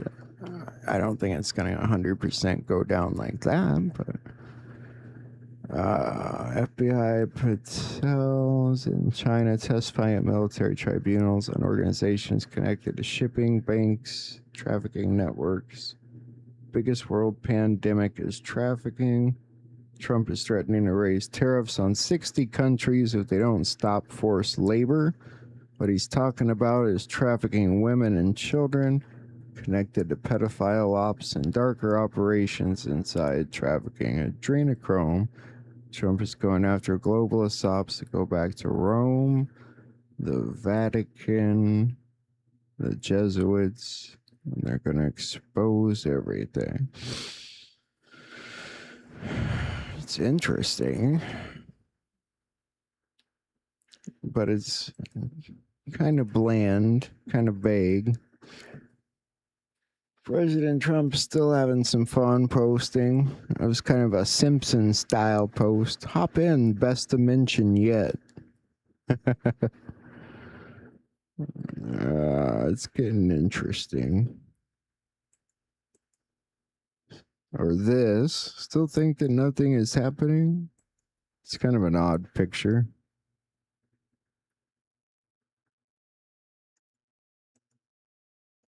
He posted this 2 years ago on this date. Not sure what that was about. I couldn't find the actual video, so I'm not sure what that's connected to.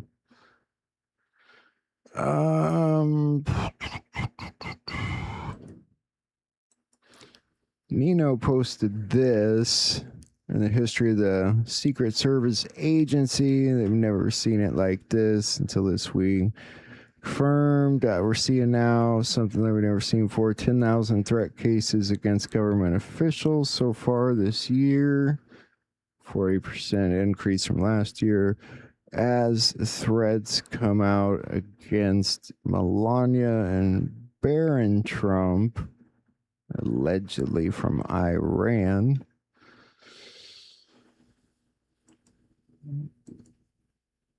Chaotic times. The news is about done for.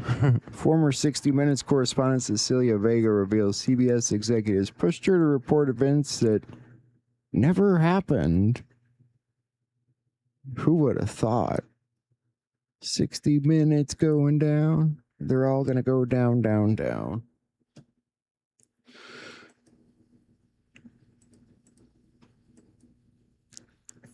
And Venezuelan military intel whistleblower confirming the CIA's involvement, you could say, in election rigging, outsourcing its election rigging software and voting machines, Smartmatic, to multiple countries, including the United States, from Venezuela. Smartmatic was born as an electoral tool of the Venezuelan regime. I know this because I placed the head of it, of the National Electoral Council, in this position.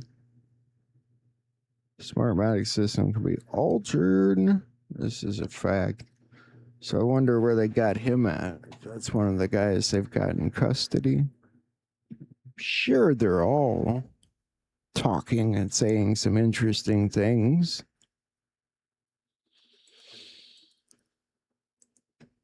President Trump posted over 50 of these yesterday. People thought he had lost his mind. And now today, the ChatGPT AI is down completely. Go figure. Maybe they didn't want him to post anymore.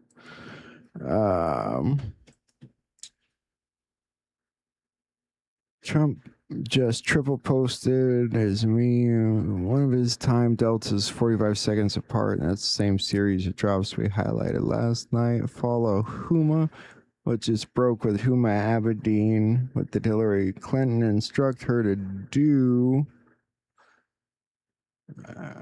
Why is Donna, I assume that's Donna Brazil, running for cover? Was the deal granted in exchange for something? And who made the deal? Those two things don't seem entirely related, but it could be. I mean, I know Donna Brazil was all the election stuff. Huma could have been in the middle of that.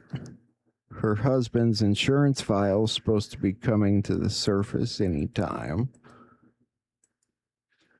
Meanwhile, Fauci will be on the stand Wednesday. Fauci's diary shows the estimated COVID-19 death rate to be much lower than what he told Congress.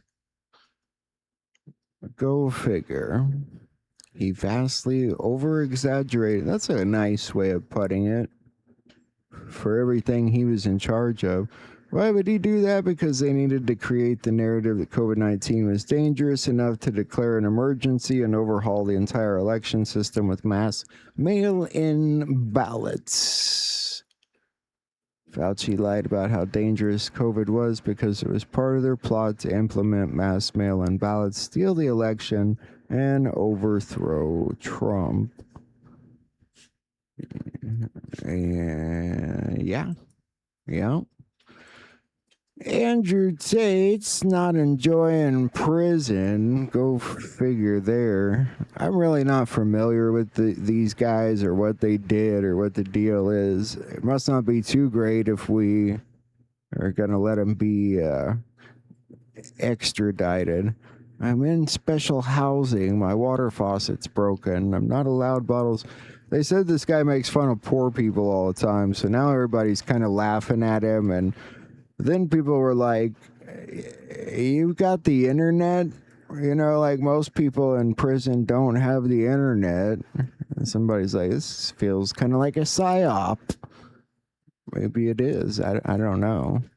I just don't know enough about these two guys. But, yeah. It is kind of weird. They're part of a trafficking network in the veteran community. Yeah, I thought it was something like that, or prostitution or something. I don't know. Yep. That's never good. The White House put out this post today, and Domino's Pizza put out a response. What starts with D and never disappoints? Domino's shows up in a couple Q posts. It's time to end the horror show. It's time to stand and lead by example. Enough of seeing the domino effect. Who wears a mask and who does not? That's a good question. Who wears a mask and who does not? White House Grandpa posted a few things. You'll be surprised by who is who. Yeah, I'm starting to think I might be really surprised by everything. Like, you ever wonder if it's just gonna be like, I mean, for as much as we've heard on here, they still make it sound like it's gonna be out of this world. The Matrix is about to receive a major software update. Don't know what that means. Your role in all of this is bigger than you can imagine right now. That's the important part. Yeah, I seen the leprosy in Florida thing. I don't think that's going to convince anyone to wear a mask, but you could almost see it going that way. Oh, respiratory drops. If somebody sneezes on you or coughs on you, you can spread leprosy that way. Or if you're dicking around with an armadillo, yeah, I don't want to do that. The Cracker Barrel CEO. She went woke, screwed the place up, tried to backtrack, thought she would fix it. It didn't work. Now she's done. And she killed Cracker Barrel. Let's give her a hand. Good one. Good one. I don't know. We have one here somewhere in my town, or we did at least. I don't know if it's still there or not. See what happens when you go woke? You go broke. You go woke, you go broke. The wife of the Kansas City Chiefs coach was shot at home by their son. This is offensive coordinator, not the head coach, but what a messed up world. Coach shot at home by their son as she's hospitalized with serious injuries. She's alive, I guess. Screwed up world. Give the enemy nightmares. Somebody connected it to this Q post. Attempts by the Democrats, fake news, and those guilty of treason to shape the public narrative prior to by providing falsehoods will fail. Truth to light. No sleep in D.C. Is Cracker Barrel good? Maybe I'll have to eat there before it disappears. That's funny. I mean, is it not for white people? I don't know. Elon Musk poking the bear, Reid Hoffman, saying the FBI cleared me, but not you. And he says, liar, you're guilty of dark deeds and haven't been cleared of anything. He stated Epstein's island, his ranch, his house in New York, offered to help him with public relations, gave him gifts. Maybe if it was only one stayover, you could claim it was a mistake. Yeah, these billionaires, they have sleepovers? Is that how that works? Freaks. Somebody put this up. I'm not entirely sure where it came from or what it means. What do you guys think looking at it? Are they accusing these names of being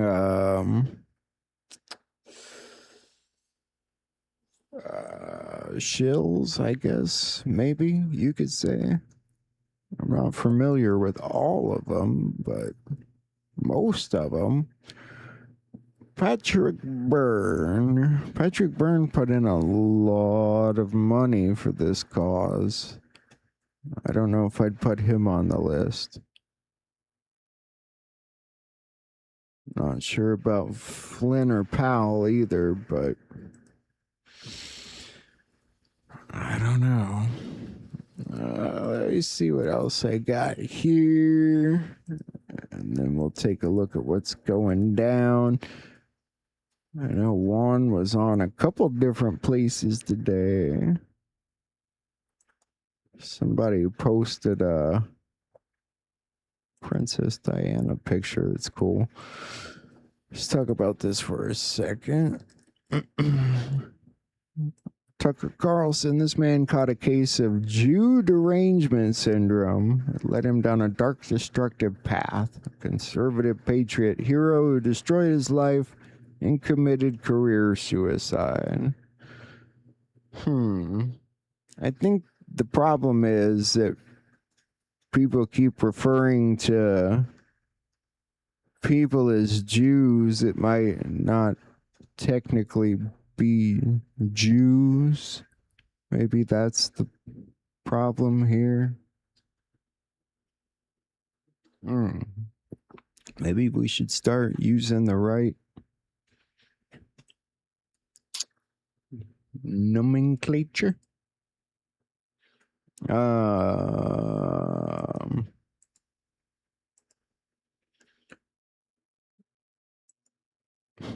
I seen this one today. It made me laugh.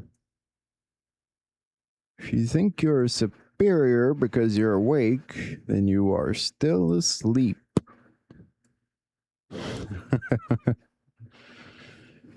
Let's I keep messing with that. Let's go into my world and see what else has come up.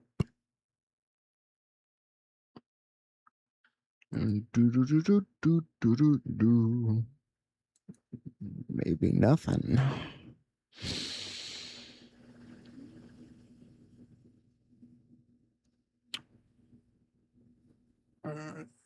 Who's President Trump suing now? New York Times. I think he's trying to sue all of the media out of existence. Who can we sue? Can we sue some people? Sue the government? The Art of War statues. That's cool.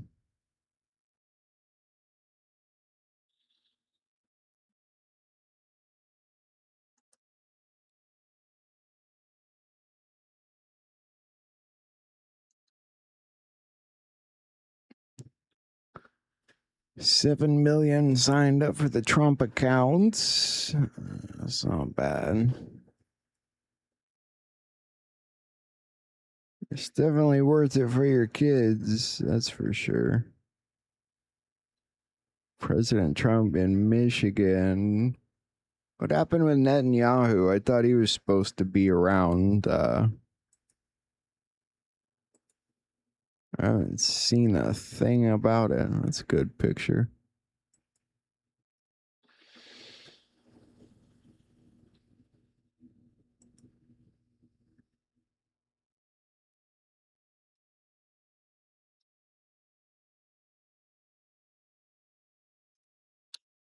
I think we saw that. The scare event is truth, because truth scares the shit out of people. What do you guys think about that statement from Rob Cunningham?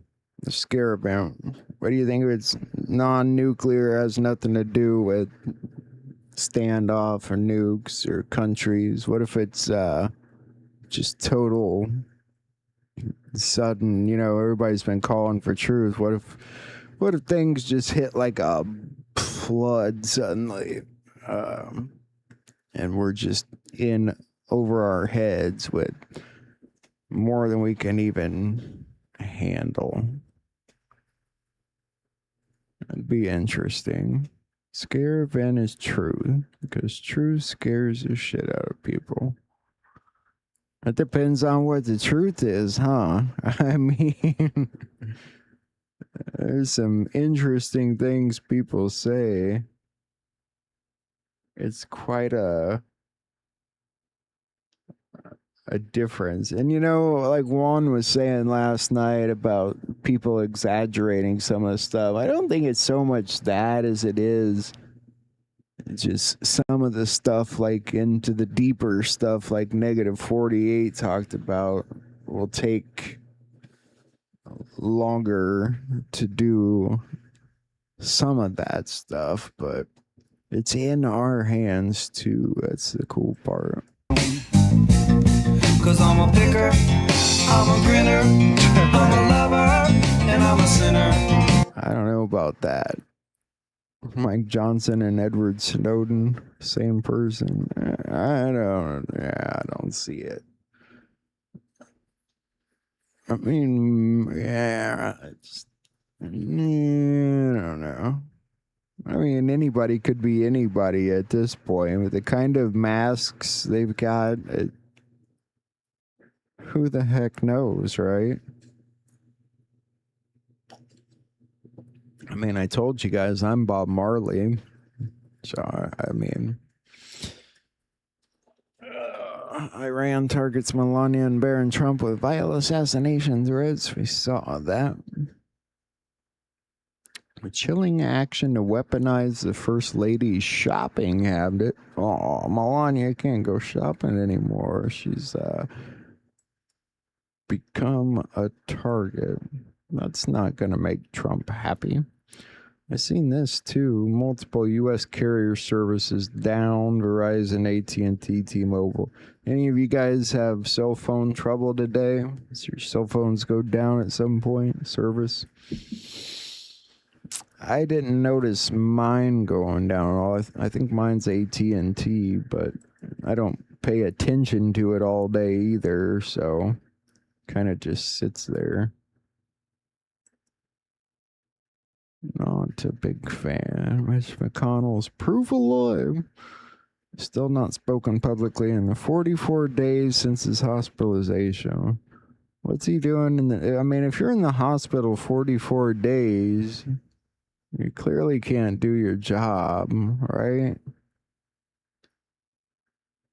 17 states under an emergency order for electricity. God, where else did I see 17 in the news today? It's one of those, you just see it and it drives you nuts.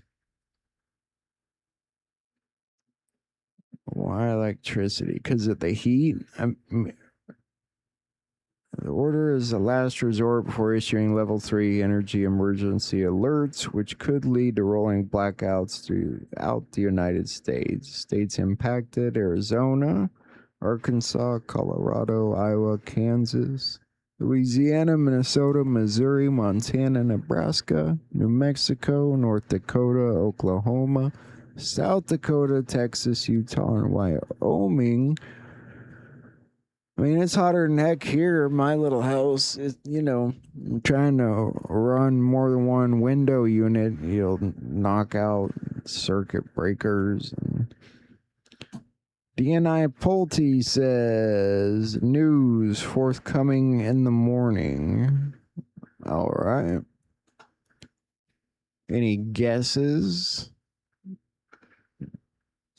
Director of National Intelligence Pulte been firing people, clearing out the agencies. What good news could you have for us tomorrow? Wiped out the whole IRS? You fired everyone at the CIA? I don't know if you can do all that, but...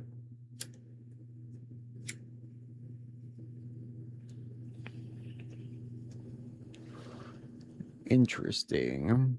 It's gonna get interesting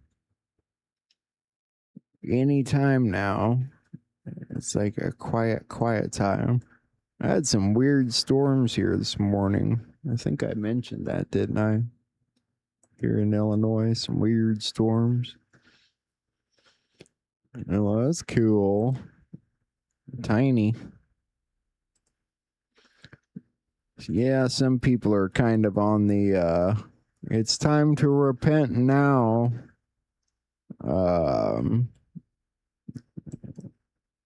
side of things. I'm not really there. Netanyahu to provide Trump with intel on Iran's Pickaxe Mountain Nuclear Facility. Oh, I forgot what that equaled. I looked that up.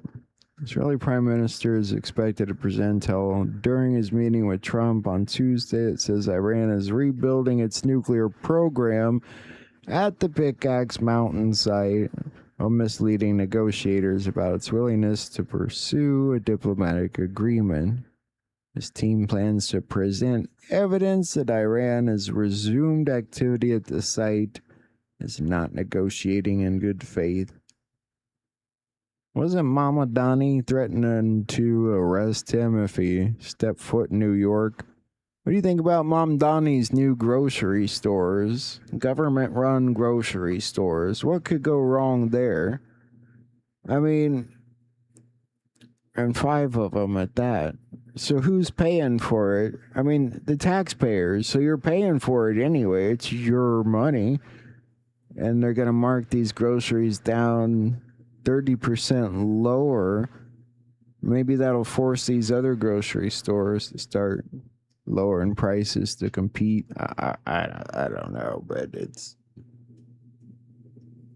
you might as well just keep the SNAP program going. I don't know. It's confusing to me. I think there's gonna be problems with that. What do you guys think about Mamdani? What do you think about this talk about rebuilding? Iran, they're always rebuilding their arsenal. Pickaxe Mountain. I know I looked that up at one point because it stood out to me, and oops, I can't remember what it said.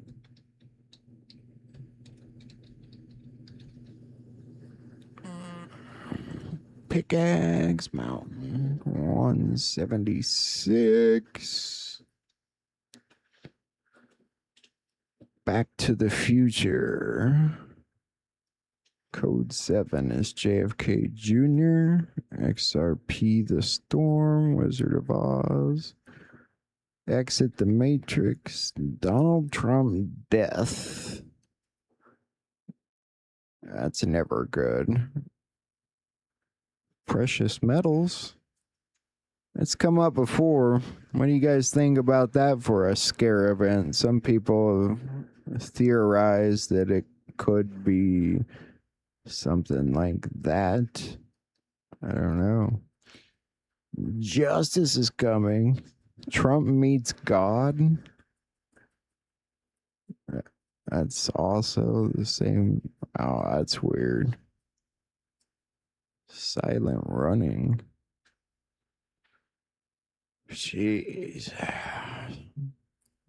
Gets far out sometimes. Blue beam. What's this?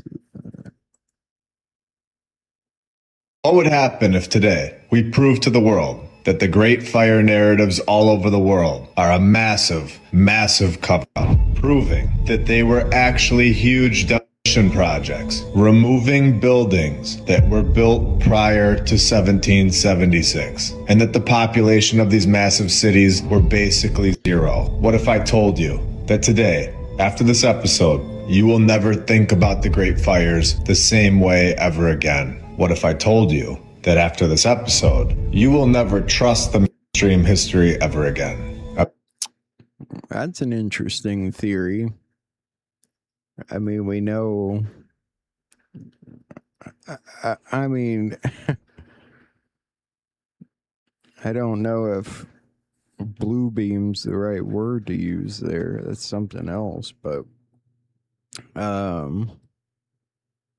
the fires, someone else was talking about that earlier today, this theory that they had lied about history, about everything before 1600, and they had manipulated everything before then that we think we know, apparently.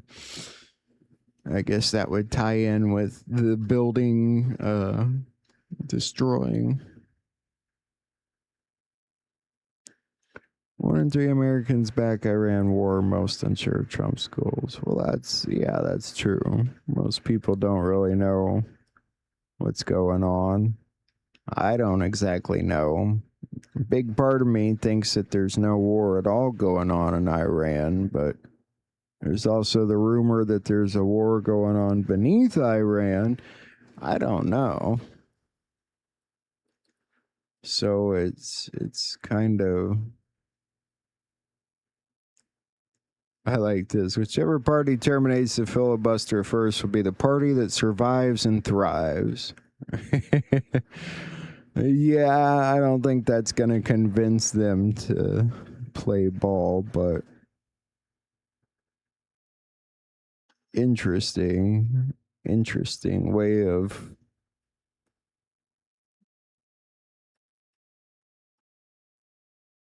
you hide your faith to hide from persecution? No.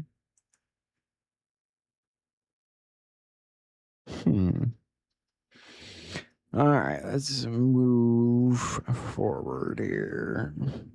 If there's anything to move forward to. Where's mine? What's going on in mine? Trump signs. Order signs to go up in front of Smithsonian. Donald Trump has officially ordered signs to be put up in front of the Smithsonian American History Museum, saying that the history inside the museum does not accurately, in his view, reflect American history. But not just that. According to the New York Times, the order from the president went so far as to say that signage inform potential museum goers of locations where American history is better presented. This is a major development. Now, Trump has That's not as disturbing as the one article I saw today claiming that they were close to inventing artificial sperm. I don't know how that could possibly work at all. What would you get? It wouldn't be human. I mean, how? That's just beyond my understanding.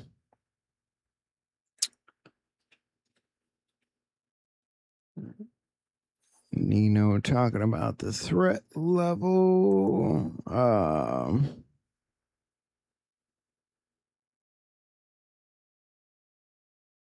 Work to get this team in place so the final 2 years of this president, maybe final 2 years of this president, will be.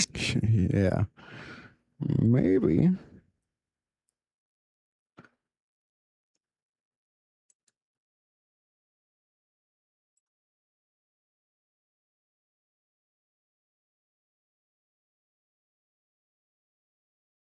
All right, well, we'll see what's on.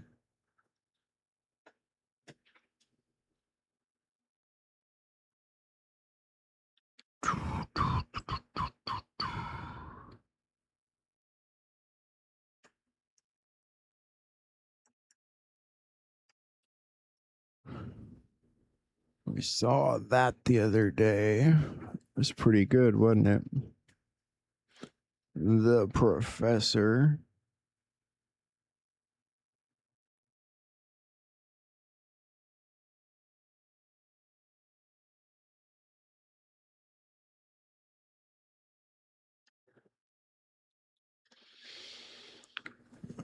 All right.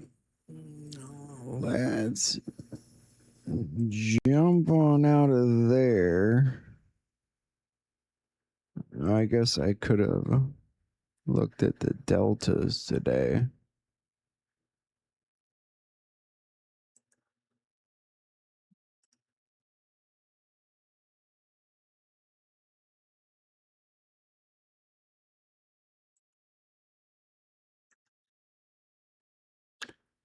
Yeah, some deltas today. Was the corn ripe for harvesting? It is now.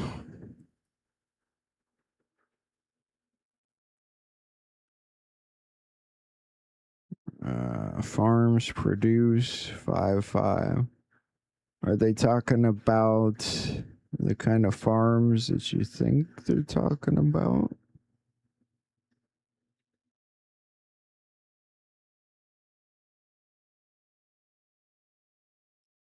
Ask yourself a simple question. How did someone die from this type of accident? Severity of the impact. I don't know what that is. Loretta Fuddy.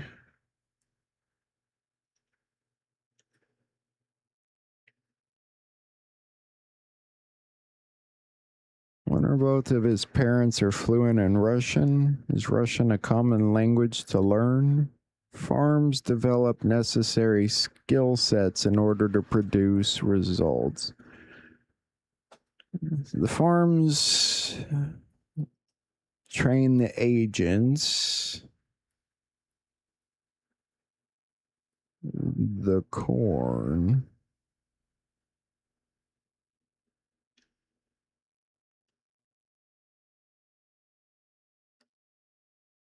This is the delta of the unauthorized missile fired when POTUS was around Hawaii.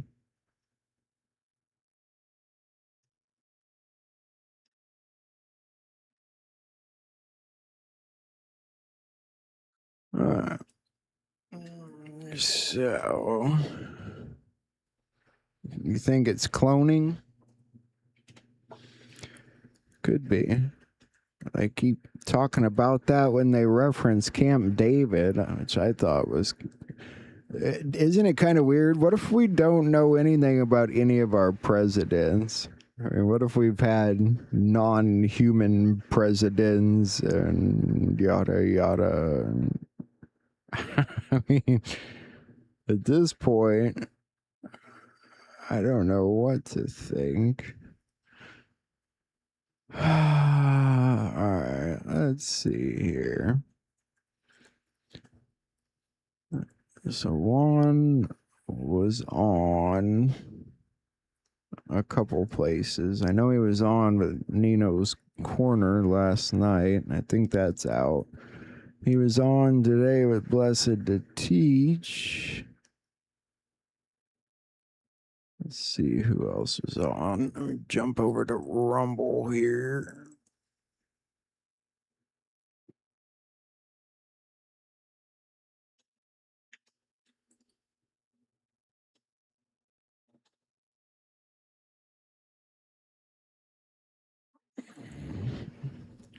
Oops.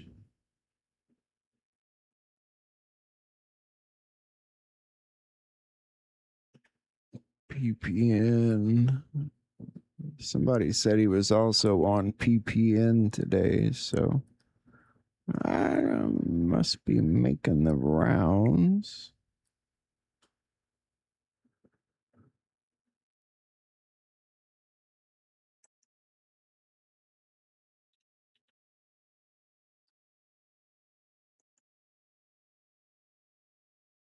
John Michael Chambers. Join our Q&A with Sheila Holm. Huh. I wonder where that is.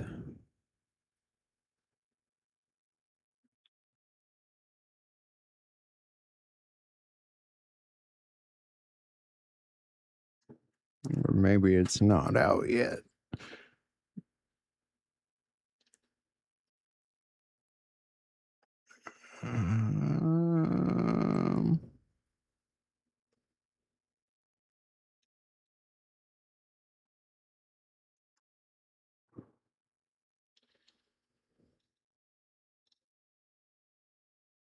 I'm looking.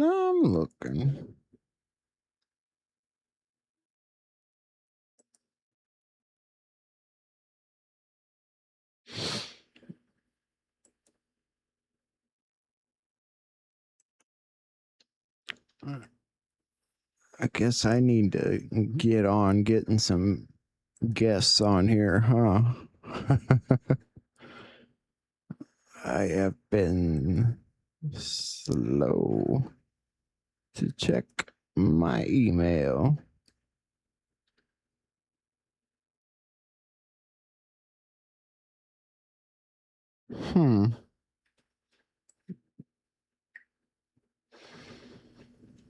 That's interesting.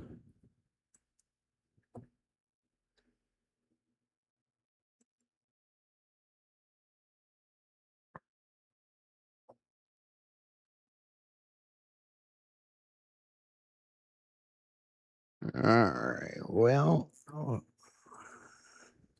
we'll just start with what I have, I guess, because there's not a lot on.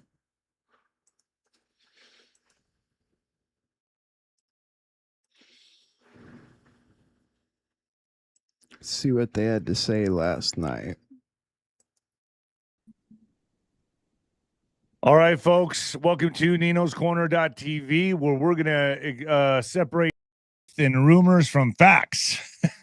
And look, I gotta say, Juan, I am honored to be doing shows with you, man. We've been over the target so many times, and now it's catching on. It's catching on. Steve Bannon. I love Steve Bannon. Fine. I met him at the We Build the Wall. I've been on his show a few times, just as your chief of staff. But he's saying it now, so it must be true. He's saying it. Trump will declare a national emergency before midterms. Gee, I wonder where he got that. I will say this. When you step through logically, methodically, where we're at, why we're where we're at, Trump's moves and like that, it's becoming more and more obvious that unless you're going to pause the midterms, Trump is going to pause the midterms, what will happen or would happen at the midterms would be like a coup de grace. It'd be the final blow because we couldn't recover from that as a nation. No matter what way it happens, you cannot have a midterm election outcome the way it's scheduled by the Globalista and America Survive. And so certainly there's questions about exactly how it plays out. But at the end of the day, there's no solution. You cannot have a election this fall under any circumstances now that would be a true, fair, honest election. Right, and with what Trump has shown and what we know, it's impossible. We're not going to just hand the keys of the bank to the robbers. It just makes no sense. It's like it says here, Steve Bannon, Donald Trump's campaign strategist for the 2016 election says, I believe we will have a national emergency declared by late August ahead of the congressional midterm elections due on November 3rd. He's saying late August. You said October, right? I mean, yeah, I think let me put it this way. Couple key things.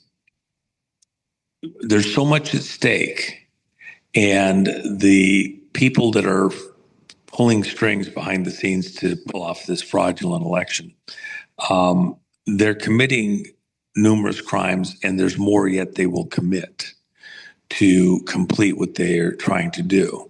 The manipulation is becoming more and more obvious within the election mechanisms. And the country isn't quite ready for this. There's a reason why a Steve Bannon has to forewarn the public, and then the public has to digest that. As big an audience as Steve has, which is huge, he is still only one of. He's still out. He's voices. still he would be considered still, though, the fringe outer limits of conservative media. You know that, right? Like he's still considered. Bannon, I think, is still considered, hardcore patriot fringe. And then the next level after Bannon would be like Nino's Corner.tv, Wano Saban type stuff, because we're on the outer limits, I believe. Like Steve, yes, is more in the inner zone, but he's still considered outer limits, right? Yeah. We're on the way. Fuck it. We're like in another galaxy, I guess. I don't know, but still. But it's like, but I mean, it's good to see that it's now penetrating where it needs to go, and this is like the right timing, right? Yeah, but I guess where I was going with that is that you have to have the consent of the governed in order to operate effectively. President Trump needs the public to be in agreement with and adopt this idea that we're going to have to pause the election. So what he's waiting for is to allow the general public to come to consensus in somewhat of an agreement that there's no honest way to pull off the election. That doesn't mean all of the public. It means in reality, 80+% have to at least understand, don't have to fully agree, but they have to understand that things are so screwed up that you just can't proceed in this way. And that's going to have to wait until closer to the election. I don't, there will become a broader conversation. Most people didn't see it because nobody reads it anymore, but Newsweek magazine, after I had Peter Tickton on the stage with me in Las Vegas, and we talked about the coming election, and he initially started to say, well, there's things we could do to maybe save the election this fall. And this is what everybody in the audience should think about, even with what Steve was just saying, Steve Bannon was just saying. But I asked him, I says, but that doesn't solve the primaries, and you already have stolen elections in the primaries. So the people you have a choice of voting for are already fixed. Unless you can reverse the primaries that have happened over the last several months, right, and the few more that are going to happen here in just a couple of weeks, you can't fix the fall election because it's already fixed. So Trump knows when he's going to do this. He has an idea. He's probably thinking, only Trump knows when he's going to do this, correct? Well, and Trump has made it very clear. This is why he's done things the way he has. He has, on several occasions now, made it absolutely clear that even his speechwriters don't know what his next move fully is. I'll use this example. When Reagan did the most famous thing, the most important thing by many measures, when we look at the Reagan presidency, of his presidency, he wrote in, had dialed into his speech that he was going to say, Mr. Gorbachev, tear down this wall. And because the backstory on Reagan was, for decades, he had been lobbying to end this Cold War, one way or another, bring it to an end. And when he was coming into the presidency, the kitchen cabinet was given a primary directive. How do we stop this Cold War? Give me a plan. Give me a way forward. And he had some rudimentary ideas, but he didn't fully have every last detail. Part of it was you had to stop financing the Russian and Chinese sides of this global war, this Cold War, and that meant cutting off the flow of drugs into America and the money going back into these enclaves across the world, but primarily South America, that at that time in the mid and late 70s was funding in large measure global communism and some of the oil revenue also. And you have to understand, just for context, when Carter came into power, there was about 50 major groups, primarily based out of South America, but other places in the world also, that were running drugs into the United States and Europe. And of course, then getting money for that and financing everything. Carter authorized, for all that he was goody two shoes, this and that, he authorized kill squads that went into South America and actually killed off the heads of drug cartels. That was like chopping starfish in half in the North Sea and throwing them back in. Both halves survived, right? Yeah. And they just were, they weren't killing them. What happened was the drug cartels, the lieutenants, then took over operations. And instead of having one gang, you had 2, 3, 5. And, even from an intelligence standpoint, with our undercover, our various mechanisms getting in and getting control of, seeing the money flow and stuff like that. It's one thing when you only got 50 families to go after. It's another thing when you have 500. And I'll use this other example. Why didn't Israel kill Yasser Arafat all those years that he was doing all the mischief he was doing? There's a few different arguments on this, but the key one is that if you could track Yasser Arafat, you could track all of his enemies also, because he kept track of his enemies that were competing to control jihad, if you will, or the anti-Israel crowd. So they kept him viable because they had people inside his camp. They were monitoring him very closely. And so if they got rid of Yasser Arafat, they might have to follow with precision a half dozen or more different major operations, anti-Israeli operations, and they just wouldn't have enough personnel, contacts, locations. So, Arafat has all the connections in the Arab community, including leaders. He's a choke point, a nexus for information. If they've got good monitoring on him, they've got monitoring to other stuff, and then they can pick and choose who to go after.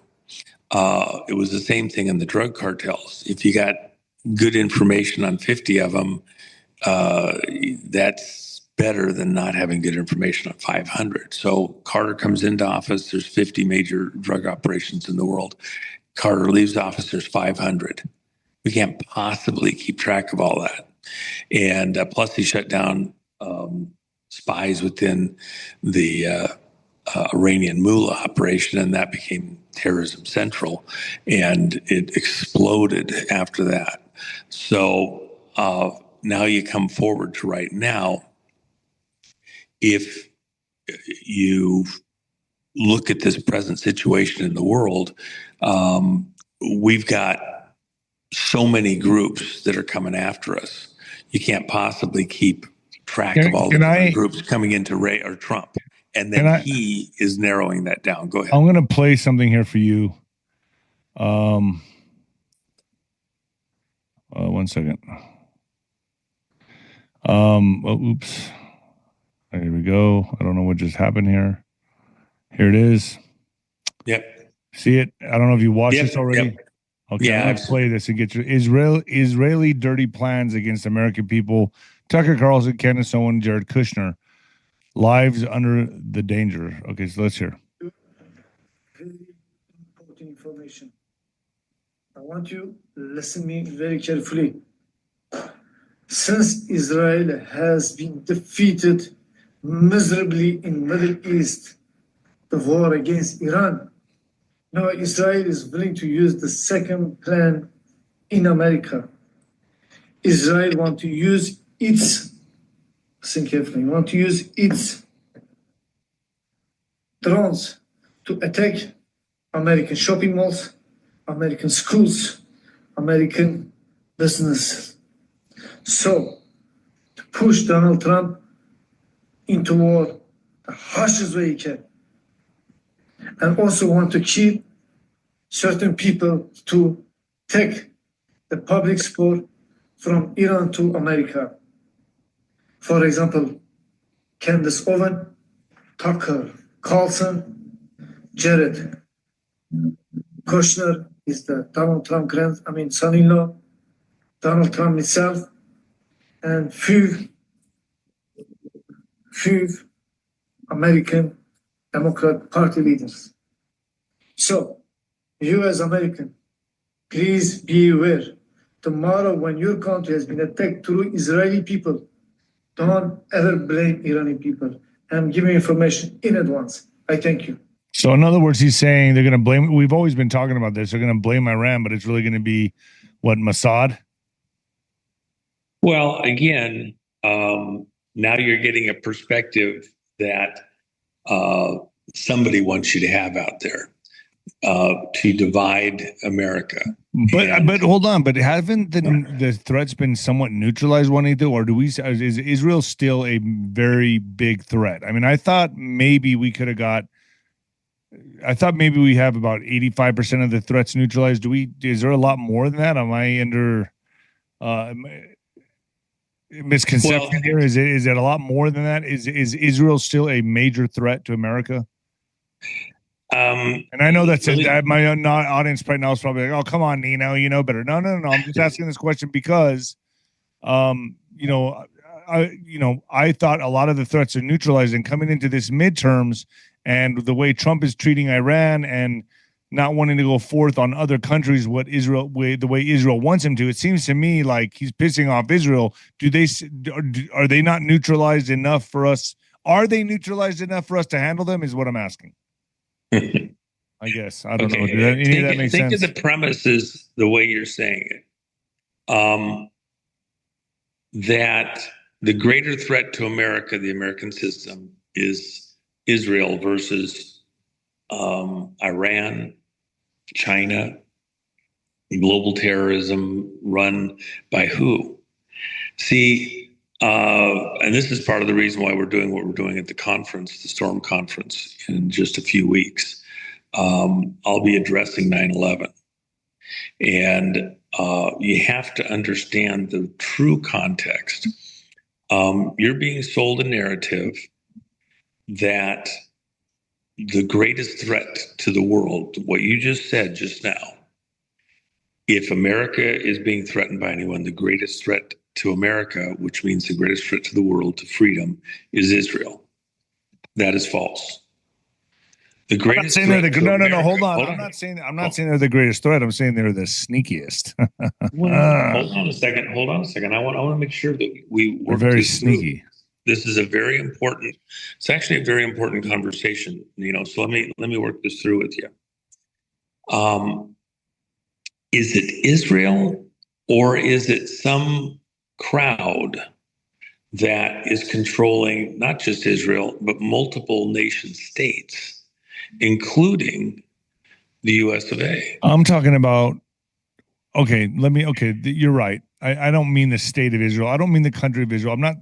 I meant their deep state that's controlling them and everybody else, a small fraction of the globalists, correct? Well, but let me help you out again. This is why, again, I'm covering 9/11. Think, how long has it been since anybody went back to 9/11? How crucial was 9/11? 9/11 changed America in unbelievably monstrous, huge ways. Why is that?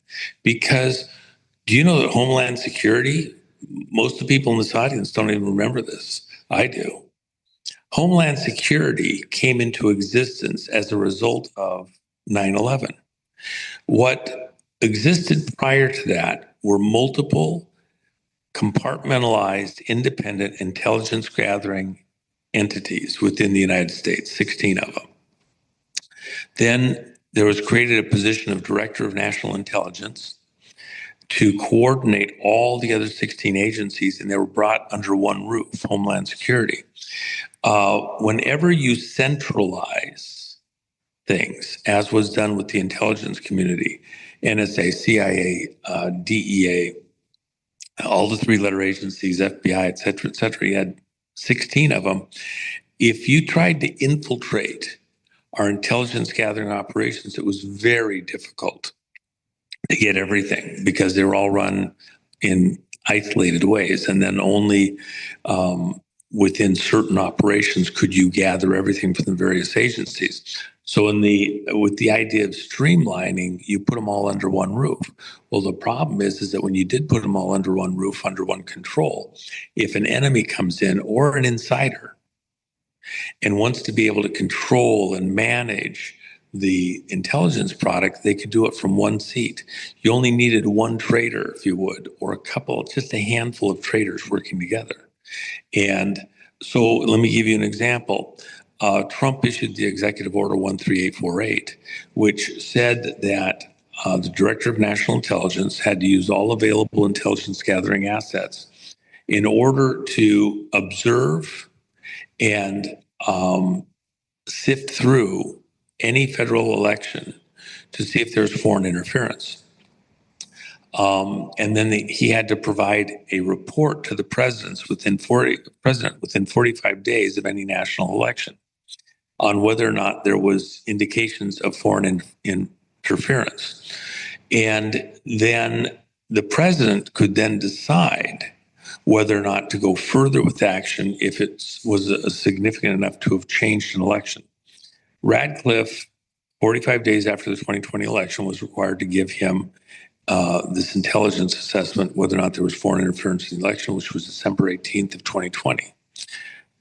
3 days before it was due, Radcliffe said that the heads of various investigative agencies were refusing to provide their intelligence product to him so he could provide it to the president. So he didn't give any assessment. On December 18th, that's when the friends of Trump, I call them Job's friends from the Bible, advised him, that he needed to do a Insurrection Act document. And the reason that that's important is because the choke point became Homeland Security. If you had independent agencies all answering independently to the president without going through a national director of intelligence, the president would have gone to each individual agency, gotten that material, and then he would have had his own staff make an assessment. That became a choke point. And in this centralization thing, that's because of 9/11. And then all the information about what actually happened at 9/11, the lead up to it and the aftermath, we've never gotten an honest assessment. We have to go back and do another look at 9/11 because America was completely changed. Homeland Security, but also the Patriot Act. Think of airport stuff that we have today. That all came about as a result of 9/11. Who did 9/11? But hold on. I tell you, it wasn't Bin Laden, and I know the Bushes were involved, and Cheney, and hey, that's why we went to Iraq. I mean, it's pretty obvious who did 9/11. Yes, so much of what happened with America, we were pulled off point radically. Now, this you could not have had, by the way. So let me ask you this then: how come we don't? How come we're so busy discussing all roads lead to Obama when really it seems like all roads lead to the Bush family? That's a great question, actually, Nino. Hold on, because you just asked an extremely important question. Is Obama his own man? He's a Bush creation, I would think. Well, it's actually a different answer, and it goes to the other questions that you asked a few minutes ago, even about Israeli intelligence and things like that. You have a cabal globally who run the intelligence agencies like their own private security teams. It's not just, let's say, Mossad. Is the greatest danger to America Mossad? That's what you essentially asked a few minutes ago. Well, let's use Jeffrey Epstein's Island as an example. You had a Mossad operative involved with Ghislaine. You had a Brit intelligence asset involved with Randy Andy, third in line to the British Crown. And you had a U.S. asset with Clinton. And they were all roping people in and inviting them to the island where they would then get compromised and roped in. They were either honeypotted, blackmailed, bribed, extorted, set up, and then they kind of went along. And most of the people there already had some proclivity to be susceptible. And then they were sent back into the business system, the political system, the judicial system, the university system. Remember, the whole Green movement was being run by the Brits, still is. And they got these false reports, the greening, this and that, the other stuff, commie operation. By the way, what did Gorbachev do when he left the Soviet Union? You don't hear about him. He left the Soviet Union at the fall of the Soviet Union, and he came to America, and he lived out up there in San Francisco at the Presidio. Had all his security and everything else. What did he work on? How did he pay his bills? He worked on the green movement, greening the whole world to go into the carbon stuff and all that. He was a freaking asset of British and U.S. Intelligence operations, and he was infiltrating and actually running this transfer into where we have to be so green, cutting off the energy supply to the world, choking us down, putting a freaking gas mask on us and choking the amount of air we get. And so where I'm going with that, Nino, and it's the important question, is Obama his own man? Is he running this whole thing? No, he was a creation of CIA. Brennan created the false history for Obama. He didn't go to Harvard. He didn't go to Columbia.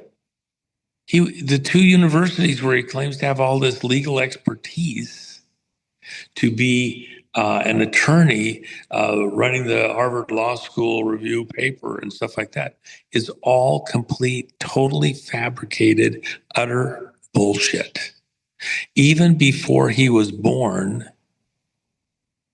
his mother was the child of an FBI asset contractor informant, not an employee, and a CIA asset contractor employee who managed the bank accounts and the funds when the Marcoses left the Philippines. Obama's grandmother, Toots, she was a VP at the bank there in Hawaii, and she was the personal banker to the Marcoses, who took $10 billion when that was real money. Be like taking, $100 billion today out of the Philippines, and they lived in Hawaii, and she was their personal banker. Okay, you think she wasn't CIA? And the mother, by the way, here's how sick and perverted these people are. Stanley Ann Dunham, when she was arguably somewhere between late 15 and early 16, was used in a porn magazine, Sex and Masochism. And the person that Obama writes about in his, book, Dreams of My Father and all that, Frank Marshall Davis, lived over in Hawaii. His best buddy was Obama's grandfather, okay? And Obama's grandfather was on the payroll of FBI, monitoring Frank Marshall Davis, a known communist, a very expressive communist, who got money from the same people. Think about this, pause, slow down. In the late 50s, mid and late 50s, got money from the same people over at CIA to start a porn magazine. Same people as gave money to Hugh Hefner. I was just going to say you took it. I was just going to say Playboy, man. Yeah, that's right. See, that was all part of a cover operation. Follow the white rabbit, right? Juanito, follow the white rabbit. Yeah. Yes. And so then you have to think about this. So when she was late 15, early 16, she did the layout for a Sex and Masochism magazine run by a person being monitored by the FBI. And the money that Frank Marshall Davis got to do that exploit came from the same CIA people. What was CIA's involvement in Hawaii? Remember, this was before Hawaii even became a state. It was still a territory. We were helping students to come from around the world to go to Hawaiian universities. Why was that? Because it's an island. It's very hard to get there or leave, and we don't see it. And it had a much smaller population in those days. So we could bring them there, monitor them, honeypot them, do whatever we wanted to do, bribe them. Where did all these leaders come from that were out in the world in that period? Many of them came through that university system. Then the ones we liked, we blessed with certain money, appointments, be able to publish, get into a news organization, be part of a big company, or political positions. And so we were, running a farm team operation there for politics into the rest of the world and using it as kind of a branch office of CIA. By the way, Obama's mama, Stanley Ann Dunham, she didn't have Obama. She's not his real physical birth mother. What? She was given the baby. You've told me who the father and mother is before, and I think Let's not go there. But you were pulling my leg, right? I'm not pulling your leg. Your kid, come on, Juanito. Yeah, I'm not going to say it. I'm not going to say it, but it's too controversial, and I way too. Some of the people, by the way, in fact, I think you're still involved. Yeah, some of the people involved have actually. There's a particular individual who's just undergone like an epiphany in life type of situation that I had time to spend time with about 3-4 years ago. And, that person said, you know more about my family than I do. I mean, everything you're saying is I know who you're talking about. Situation. It was one of the wildest experiences of my whole life. I know who you're talking about, don't I? Yeah. And the reason I say that though, is that coming to grips with some of the stuff, it's pretty hard. So I don't think we want to be all right, let's mindful of the consequences. Well, let me finish this one statement. So Obama is somebody's creation. He's placed in a family, and then because they kind of own the family, they own the circumstances. The mom going to Indonesia, she worked for USAID, which was a total CIA operation, and then working for USAID, she goes to Indonesia, and she supposedly helped map the histories of various families and like that, doing some type of an audit. Well, the reality is the people that she was mapping and monitoring and auditing for USAID, miraculously, they're the ones that are getting slaughtered and killed during the fights in Indonesia that happened in the mid-'60s. And she's a member of Sabud, a non-religious religious organization that runs out of Indonesia, in Jakarta, out of Hawaii, where she'd grown up, out of LA, up the Topanga Canyon area, where all the rock bands came from miraculously in the 60s. And then also she's, the other places are Seattle, in the Bellevue area with Sabud, Chicago with Sabud, where Obama went later in life, and then out by Langley, CIA headquarters. And the president of South Korea said publicly in a news conference in '66 that Sabud was a CIA-run operation and that they were trying to undermine his presidency and rig the election in Indonesia in '66 between Sukarno and Suharto. And they rigged the election and put the other guy, and I get the two mixed up, Suharto and Sukarno. I think it was Suharto got put in and Sukarno got taken out. And that was all a CIA operation. And Obama's mama is right in the middle of the whole thing. In the whole world, where are you going to go to? One of the hottest places politically, be like moving to downtown Iran, Tehran today. Or downtown Venezuela somewhere. She moves to Indonesia and is doing this, lame USAID operation. It's all bullshit.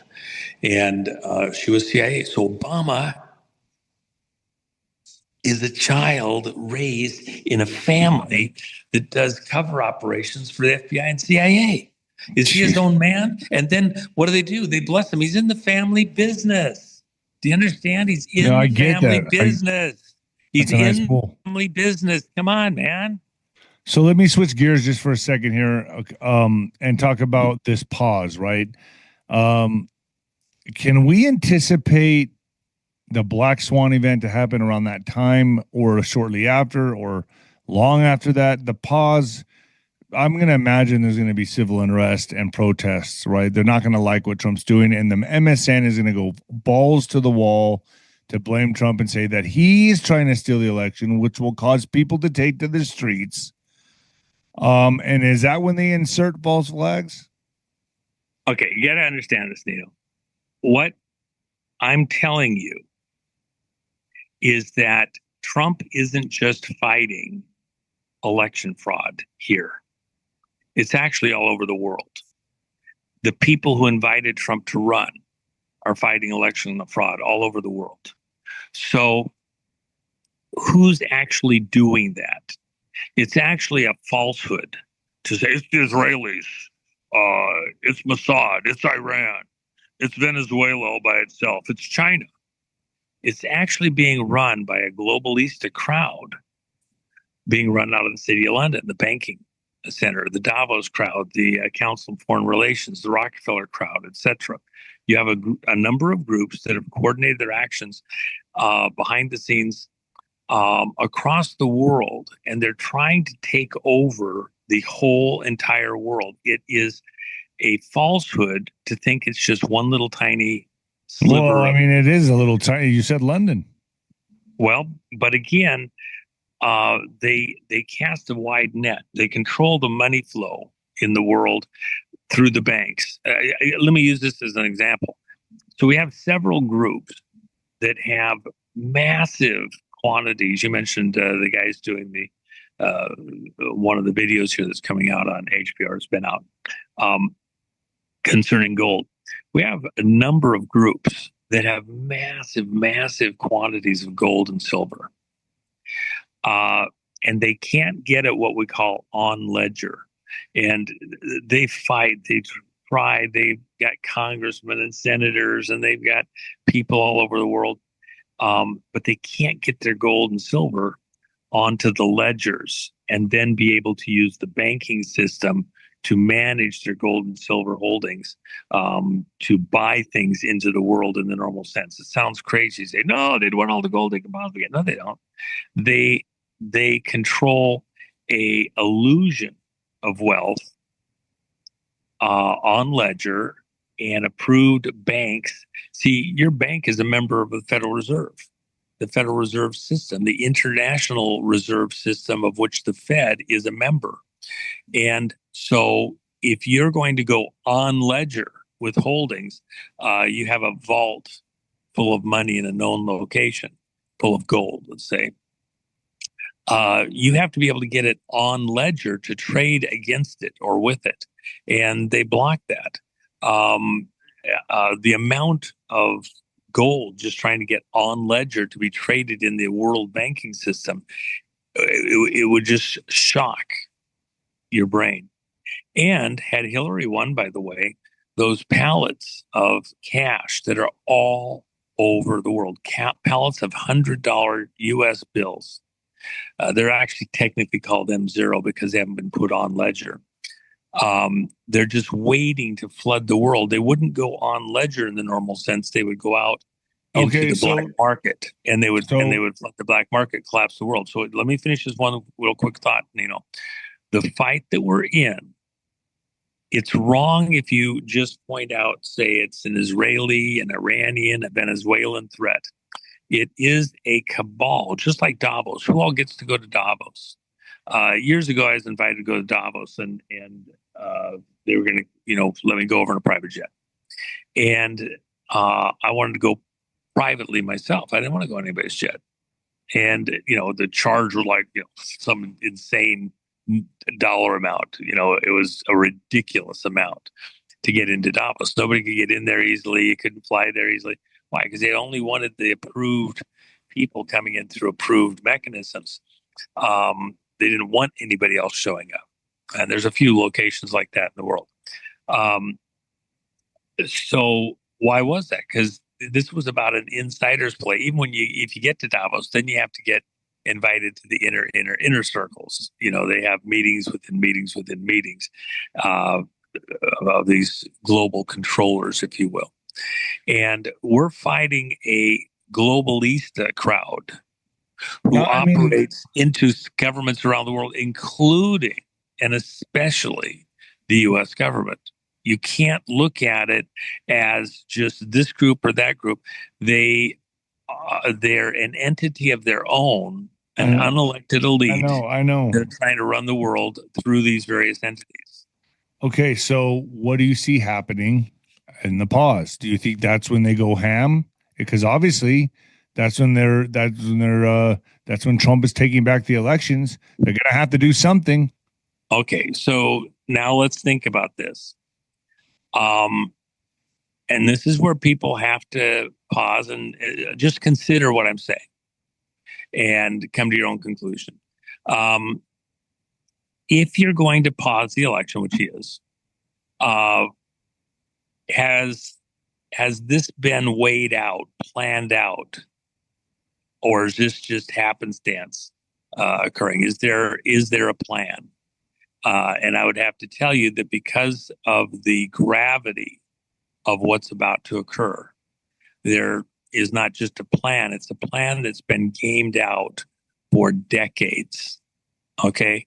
In the first time that I even heard about anything being done like this, there was wargaming. And the funniest thing at the time to me, it was just silly, is they were wargaming out what if space aliens landed. It wasn't completely silly. I mean, I was like, well, you got to have some kind of a plan. So if space aliens landed on planet Earth, how many showed up? Was it billions, millions, thousands, or a few dozen? Because the way that they would try to take over the world and the way that we would fight back against them is different depending on the numbers, right? And what would you have to do to, win back the planet? Let's say if a couple hundred space aliens landed, how would they try to take us over, and how would we win ultimately that battle? And do they have reinforcements coming? Are they here yet? That sort of thing. And then various scenarios, not just tens or dozens or hundreds, but thousands of scenarios were run through these computer games by gamers, if you can imagine. People trying to outsmart the other team. One team that's pretending to be, say, 200 aliens. One team that's pretending to be our U.S. military coordinating with allies and everything else. Independence Day on steroids. And that was gamed out and gamed out and gamed out and gamed out. Remember, I've told you, Trump was invited to run. Who invited him? Trump has told you, 200 generals. What was going on? What about what Pete Santilli says about the Cincinnati Society of Cincinnati? Well, you have, again, a number of different groups that on both sides are coordinating their actions. You got to think about this. I'm helping you out. I'm giving you like gold nuggets. I'm giving your audience huge gold nuggets. There is not just one operation to take back America from this foreign invasion, because it's not just a single group that's invading America coming after us. It's a globalist crowd, very, very, very wealthy, that's trying to capture America and take over America. In fact, my buddy Bill Cooper talked about this. This is stuff that he and I talked about, decades ago, long before Oklahoma City, which they tried to set him up on. And the deal is that even when you look at all the various ways that are being planned on both sides to take control of the world, inside and outside of government operations, business operations, etc., to just isolate it down to the Cincinnati group is to underestimate the magnitude of the battle that's taking place right in front of your eyes. When this is through, kids will be looking at this for generations to understand all the intricacies on both sides of exactly what happened, who was involved where, who was actually a good guy, looked like a bad guy, who was a bad guy, looked like a good guy. I'll use the example I've used many times before, Admiral Rogers over at NSA. Arguably, other than the president himself, and maybe if you really look at it the right way, the most powerful position on the planet, the head of the National Security Agency. National Security Agency gets 80% of the intelligence gathering budget, actually probably more than that now, versus, say, CIA or FBI. He gets more than all the other ones put together. And Admiral Rogers had to play a role all the way through that to get to the top, to be trusted by all the various entities to allow him to reach the pinnacle of the intelligence gathering operations around the world, National Security Agency. So when Admiral Rogers, at the crucial moment, November 17th, after Trump had run in the 2016 election, Hillary acknowledged that he won and conceded the election. Once that was done and it was settled that Trump was president on the 17th of November, he didn't even tell any staff what was going on. He just goes out the side door of his office, goes down, gets his driver, and gets a ride and goes over to Trump Tower, rings the doorbell unannounced. And Admiral Rogers, head of National Security Agency, here to talk to President-elect Trump. What? And he gets up there, meets with Trump. He opens up his briefcase, puts some papers on the desk, and it's transcripts from his morning briefing at NSA showing that Trump is being monitored inside the skiff, supposedly the secure location where he can talk to potential cabinet members and people he wants to appoint to office and talk through strategies, as he's already won the election. Now he has to prepare to actually take office, and he has a couple of months to transition to his people being in power as opposed to the Obama people. And here's transcripts of his private conversations inside of his secure skiff. And so then he knew that he was being monitored. Admiral Rogers did one of the most courageous, important things ever. He got to the top of the cabal in the most sensitive position, arguably the most sensitive intelligence position on planet Earth, and then does something none of the players anticipated, thought he was willing to do, capable of doing. They thought he was totally their inside man. And he just showed Trump, the enemy, that he's being monitored. He picked a team at the most critical moment, or he was already on that team playing a role. To the moment that he opened the briefcase, showed Trump all of the communications from inside the skiff, showing that he was being listened into. Up till that moment, anybody involved would have thought he was a bad guy. Total, complete, absolute bad guy, part of the bad guy team globally. At that moment, he showed which team he was truly on. And who was he actually in coordination with? How was he communicating? Essentially a spy for the 200 that Trump brought Trump into office, the fight back against the global cabal, the globalista running much or most of the world, using money as their leverage, and only letting money that they create to be on the ledgers in the system, other than if they were going to flood the world with dollars to break the dollar, to collapse the dollar like we did in the Soviet Union when we took down the ruble. And by the way, we didn't use any counterfeit money. We only used rubles that they printed, that we bought, moved out of the country, and then moved them back into Russia. So we didn't violate any international law. Reagan did a finding after Reykjavik, literally a couple of days later, that had been sitting on his desk that allowed us to go to what we did. So anyway, the short version is, coming all the way back, if Obama is just somebody's creation, but he was all roads lead to Obama, at the president level, he had authority to do a lot of things because technically he was in this powerful position of the presidency. In the same light, well, if Trump gets the presidency, he has authority to do all sorts of things that can only be done by the president legally, authoritatively. So the cabal had gamed this, or the insiders had gamed this out to 200 and decided the only way to do that all of that gaming was done in multiple, thousands and thousands and thousands of computer simulations. How do you take back the world if you've been invaded? And they weren't necessarily off-worlders or something like that. That was just the cover to run the simulations without anybody realizing what was going on, knowing that we were under global attack by families, royalists, moneyed families, etc., who had successfully infiltrated all the highest offices in the world, how would you retake the planet?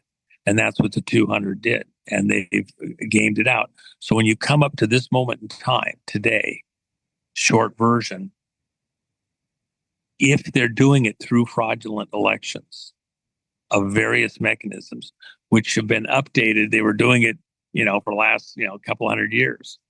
But at this moment in time, their primary mechanism, machines, false paper ballots, etc. All the collusion, both internally in the United States and externally, and not just the U.S. Remember, the people that we have testifying to grand juries right now in various locations in the U.S. have said in their interviews that they stole elections in 71 countries plus the United States. So they have people in power all over the world as a result of election frauds. And so now what has to happen is we have to unravel those election frauds. And now we're down to crunch time. The people that are stealing elections have no choice. If they've been detected, which they have, if they've been captured in this, they can't stop, because the alternative is to roll over and get ready to get picked up and go to Gitmo for the rest of your life, or other similar locations. They're all going to get taken out. They know that. So the only way forward for them is to cheat bigger, harder, to continue and hope somehow something happens to Trump. He dies in a plane crash. They get him with the poison. An assassin gets him somewhere. An insider gets him with a knife, suicide. That's the only choice they have. But they have to continue to cheat. So here we are coming up in the midterms. At this exact moment, they've already got many of the primaries won. Their players are in line. They feel pretty good that they may be able to pull this off anyway, in spite of everything. The only way they don't win right now, if we go to an election, they can win. They've controlled the stuff enough, is to pause, let all the proofs come out, and that can only be done not from the presidency, big difference, but from the commander-in-chief level as a national security emergency. Otherwise, the states have certain rights. The governors have rights. The counties can ignore Trump from the presidency role. This isn't a policing operation inside of America. This is a national security, nation state versus nation state security thing. And so therefore the president becomes king. And no judge can stop him with whatever he needs to do in order to protect the constitutional rights of the American citizens, their civil rights to have an honest election, people winning an election honestly, and not to have it stolen from them by enemies internal or external. Got it. Okay. I mean, that's a lot to say, but you get where I'm going, Nino. I do. This is the and question I think your this was audience good. has. How do we? How does this happen? How do we make sense of this moment? We are in the middle of something that is so amazing, so grandiose, so unbelievable that I'm just wondering what's going to happen during the pause. You know what I mean? Like, what kind of tricks are they going to play? Because they're going to have no choice. They're going to have to do something. That's an important point. Don't rush past this, Nino. Just a second. Let's think about this, because this is what people are really. Because this is what the real part of the podcast I wanted to talk about was what the hell are they going to do? Because once we take that away from them, they're screwed, kind of, I guess. They're capable of anything, really. We say this with almost any kind of a wild animal. If you corner it, and don't give it an escape route, it'll fight even harder. Okay, they become far more dangerous. But systematically, what has occurred over the last decade is that they have played a game not understanding the magnitude of the fight back or the capabilities, and they become more and more cornered, discovered, ready to be exposed. And with that in mind, we're now in this end game moment of choking off their route to stay in power, which is through fraudulent elections, not just here in America, across the world. And when that happens, what can they do then if they're out of power, if they don't have the levers of power, if we've taken over in a military sense and paused the election? It becomes a continuity in government question. And there's two groups in America that claim authority to handle continuity in government, say space aliens attacked, nuclear missile crisis, etc. That's the operation run by NORAD out of Cheyenne Mountain military, and the Senior Executive Service, which was created under Jimmy Carter, 1978, in the Inspector General's office, which controls the money flow and investigations, also created by Carter, 78, 79. And that's a much more recent creation, essentially trying to usurp the military authority and claiming they have military authority even over the nukes. But they don't. It's never been formalized. It was never allowed to happen, essentially, by the generals. And so at this moment in time, there's two groups that are in a life and death struggle. Only one will survive the moment just ahead. And you're living in a country right in the middle of it. You're occupied France with the Nazis and the Allies about to butt heads. You better go dig deeper in the basement there, in the house, and don't get hit by crossfire. That's about to happen here in America. So we're coming in probably to the most important time in American history, really. Like this is 1776. You could even say world, Nino, because the fight isn't constrained just to America. The fight is across the world.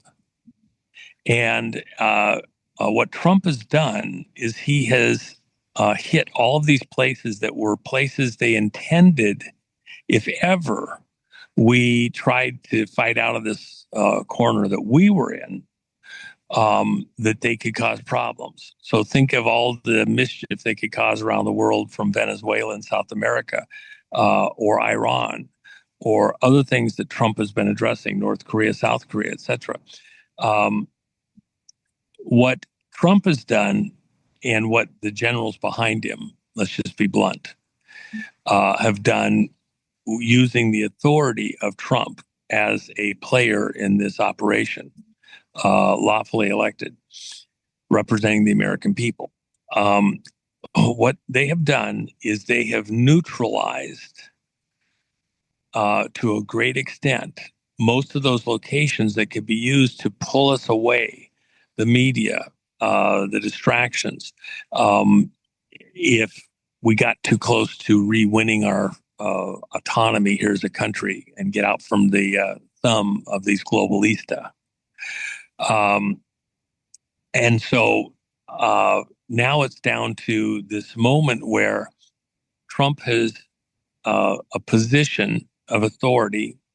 He didn't concede the nuclear. Remember, this is why Trump has been saying this bizarre stuff. I was 46, although I don't really want to take credit for it. He never conceded the election in 2020. He did not allow the transfer of nuclear authority to Biden. And it happened long before most people realized.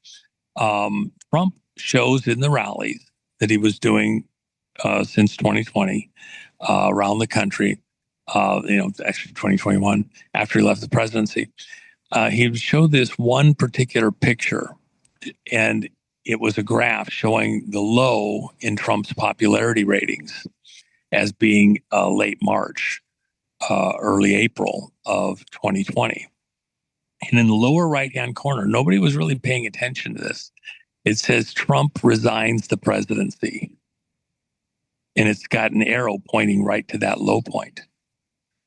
He resigns the presidency. What in the world are you talking about? Because that was when On March 13th of 2020, he declared a national emergency related to COVID. Okay. Then on March 15th, he goes out to Cheyenne Mountain, does a walkthrough. It has been extensively upgraded, brought up to speed since he first took office in 2017. They've done an emergency rush upgrade to Cheyenne Mountain. It's in tip-top shape, best shape it's ever been in. As he's walking out of the tunnel entrance, the media is all there, and he's talking to the general. He says, okay, looks great. Is there anything else that you don't have that you need? Nope. General says, no, we got everything. So if we had to declare a national emergency or something happened, and you had to close up the mountain for 5 years or more, you're ready to do it, and your personnel are the right personnel to do it with. Yep, absolutely. And Trump says, well, out of an abundance of caution, because we may just have been attacked, we may be at war and not realize it yet.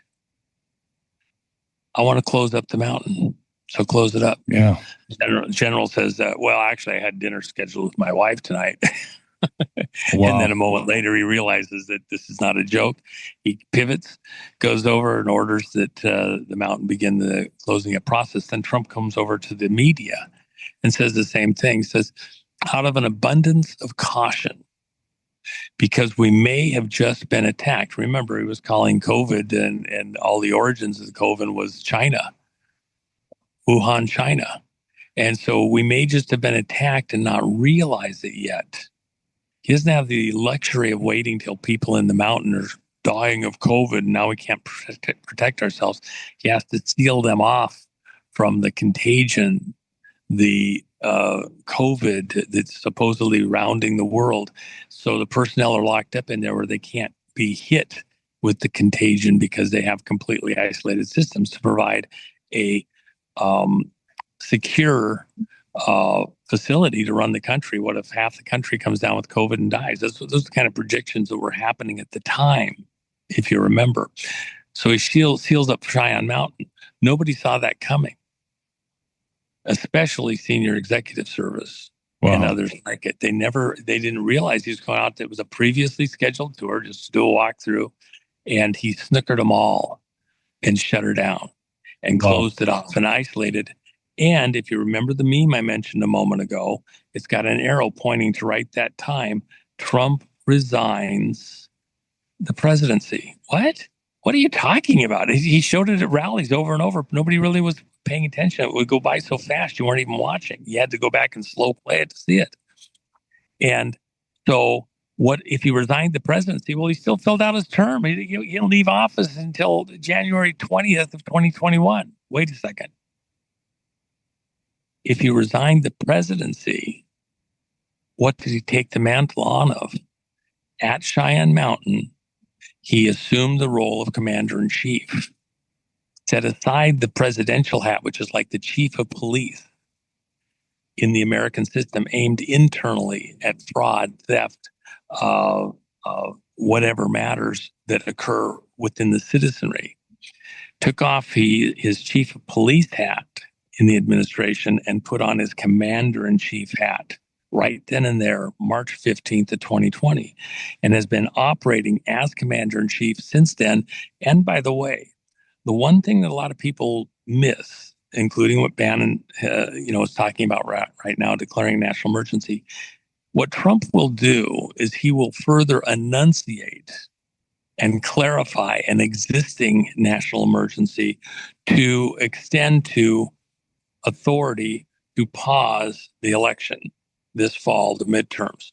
He already is operating in a commander-in-chief role. He's hinting that to you. He's trying to get you to think again when he says, I was 46, although I don't really want to take credit for that.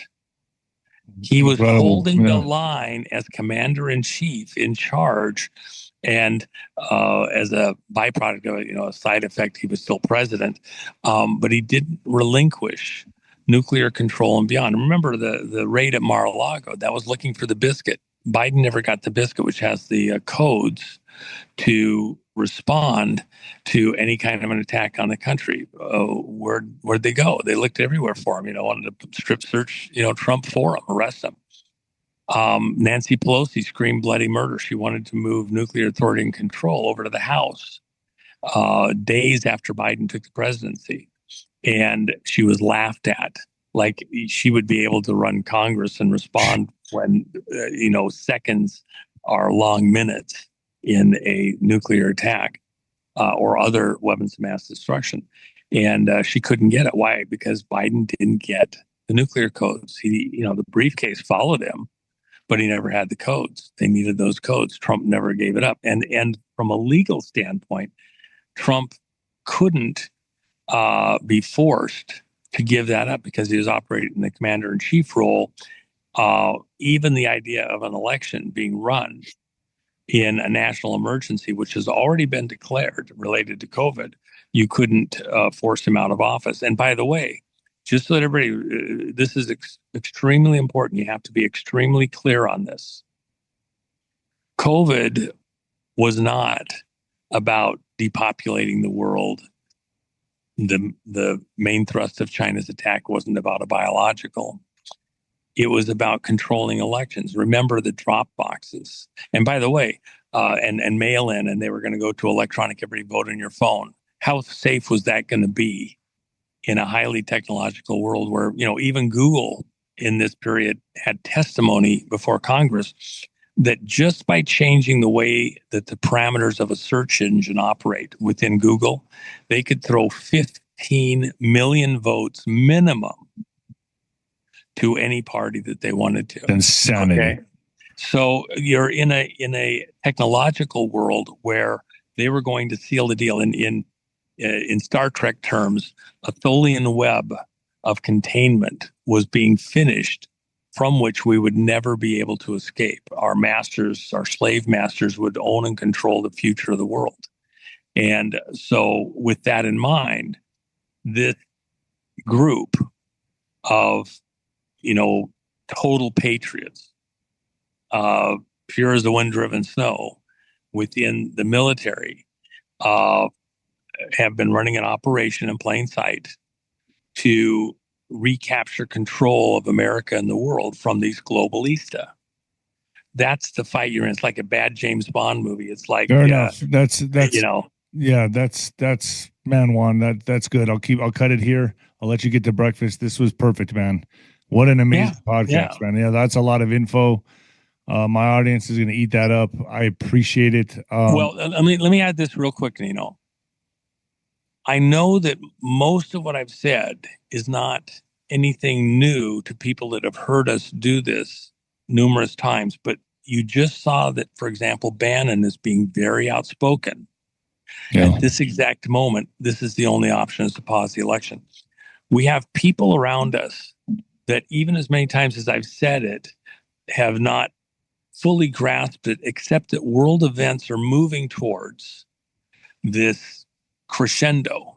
And all of a sudden, the fog starts to clear a little bit, and they get more and more lights, like the sunrise here in Asia. We're seeing it becomes clearer and clearer. The light, the shades are being opened, and now people have a context to consider what I'm saying. The only way forward in this invasion of space aliens trying to take over the world, these people who are actually Luciferians, they really are aliens, Luciferian agenda to own and control the world for the next 1,000 million years, whatever, to exterminate all of us that won't fall into this Luciferian agenda.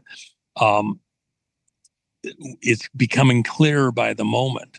And the reason a broadcast like this is so important, Nino, is because now people have to think about and make a choice. Who are you going to back? Where are you going to go? I just had a very close friend, a great ally, who attacked Trump. He's compromised. Well, he's not compromised. Why hasn't he acted so far? Why doesn't he just stop the election now? Why doesn't he fix all the machines instantly? Blah, blah, blah. You said, Bannon was talking about a late August. A late August is premature. Don't shoot to see the whites of their eyes. They haven't completed all the crimes. We don't do pre-crime here in America. And the public isn't quite ready mentally for what has to happen to protect us. The Constitution is agreement between the government and the people own and control the country, not the government. The government works for the people, but that hasn't been the way it's been going for quite a while. And so you need this final buildup that's got to happen here in order to, bring it to a head once and for all, and to allow these people, they have no choice but to continue the steal in this election. They have to triple down, quadruple down. And as they do that, they're anticipating that they will still be able to win. The reality is they won't be able to win. But it's a hell of a fight. Prayer required. There's so much at stake. Here we go. You're living through it right now. Forget TV. You're living. Yeah, this is way better than TV. Just one last thing, Dino. Think about what's the future look like as we do go into arrests. Initially, a couple over at Justice Department, which are just hors d'oeuvres, and the main body of arrests with people going to Gitmo, and the world stunned at the power players going to Gitmo. For most of the audience, it's not that they'll be in complete agreement with what Trump's doing, but they'll at least begin to understand and question enough that they won't fight completely what happens as the first players go to Gitmo. And that's when it becomes real. For most people within this audience, until there's an arrest, it's not real. And in fact, even the person that was criticizing Trump as though he's somehow compromised, the reality is they're all pissed off because there's been no arrest. The arrests come at the absolute crisis moment when the crimes have been fulfilled up to a point where we take them all in and for cause, and the public is going to be able to understand and agree with us on this is the only way forward. So there's prayer required because this is such a gripping thing. We don't want to lose the population getting through this next moment. They have to see and understand and agree with what's happening at some visceral level to maintain a flow of government, and we'll be okay here in the country. I mean, and even across the world, Spain, the government collapsed 4 times, and people were complaining we need another government collapse because it ran so good when the government wasn't fully in control compared to when they were running things. People wanted another collapse. There's a moment coming where there is going to be high drama, but the machine is not going to be controlling our lives in the same way. And the reset in so many areas, the way that the election is held is the beginning, the way the economy operates. Those are the 2 things that Trump wants to leave office on as his memory: honest elections and honest money. And then in a atmosphere, a backdrop, when you do a painting, you do the background first, then you add in the stuff in the foreground. The background is he's bringing peace across the world. He's resolving conflicts that people thought would never be able to be reined in. Doesn't mean it's complete total. It's like, the 80% plus specific number. It's not 80%, it's 80% plus. You do that around the world and you bring a relative level of peace after the fact. When we go in and pull these people out of office and start seeing people going to Gitmo and the evidence, I can't wait. Fraud, it's going to change the world in ways that people can't even imagine right now. And hope, faith will spring eternal. And this audience, I believe, will be a huge part of that. What you've done in they're ahead of the game. They're way ahead of the game. is a very big deal. And others are coming to this position. You just mentioned Bannon. Newsweek tried to take down Ticton after he agreed with me on the stage there in Las Vegas and did this huge All right, article. How Juanito. it's out of his mind. No. Yeah. All right. Well, Juan, this was an amazing podcast. Thank you once again. Yeah, I mean, it's starting to go mainstream. A lot of people are picking it up now, what you've been saying for a very long time. Yeah. Juan, thank you for joining me. All right, bro. Yeah. Sounds good. Enjoy your time. Oh, stay with me just one moment. I want to ask Yeah. you something after this. Just stay with me. All right. Sounds good. All righty, Patriots. There you go. It was a pretty gripping episode, actually. Pretty descriptive of where we are and where we're headed, and it doesn't get more detailed than that, I guess.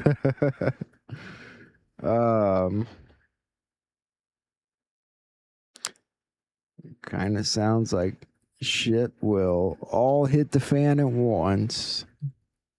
Be interesting times.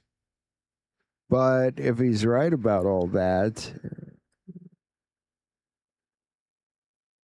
pretty much anything could happen. We'll see. One day at a time. That's one to definitely go back and watch. Anyway, we're going to wrap it up here because it's like a bajillion degrees up here. If you'd like to see more Juan tonight, he was also on Blessed to Teach, which is here on YouTube. Give me a second. I'll put the link in the chat. And then he was on PPN on Rumble also today. So here's the link in the chat for Blessed to Teach. It's on YouTube if you guys want to check that out. And PPN is on Rumble. It's Patriot Party News. What's going on in the chat? We're having a disagreement. Oh, you're talking about the audience. Yeah, I mean, Nino has a lot of different controversial people. If he kept at an even keel, I don't know. He knows all that stuff. They've been saying it for years and years and years, so he just sort of takes himself to the ringer, having all these other guests on that say all these other things, and then he ends up coming right back around to where he was. So I don't know. We will keep, checking it out together, guys. It's the best we can do is do our part here by having a nice community where we can hang with each other and talk to each other and share with one another and put our little bit of love and peace into the world. Lift each other up in these goofy times we live in. If that's the least we can do, it's something. So we'll be doing it every night as usual. We'll be back doing it again tomorrow. No, I didn't serve in the military. I really wanted to. I was thinking about it when I turned 18. We went to war in Iran a few months before that, and wasn't really crazy about that. Yeah, I've heard of Derek. I've heard a lot of things about Derek. The only thing that concerns me about Derek, and I don't know this for a fact, this is just through the grapevine stuff, is that people said he sounded, somebody said that he was somewhat controlled by somebody or something. I don't know. You know how people say things. I don't take any of it to heart anymore. It just sort of, it is what it is. I haven't heard his new stuff.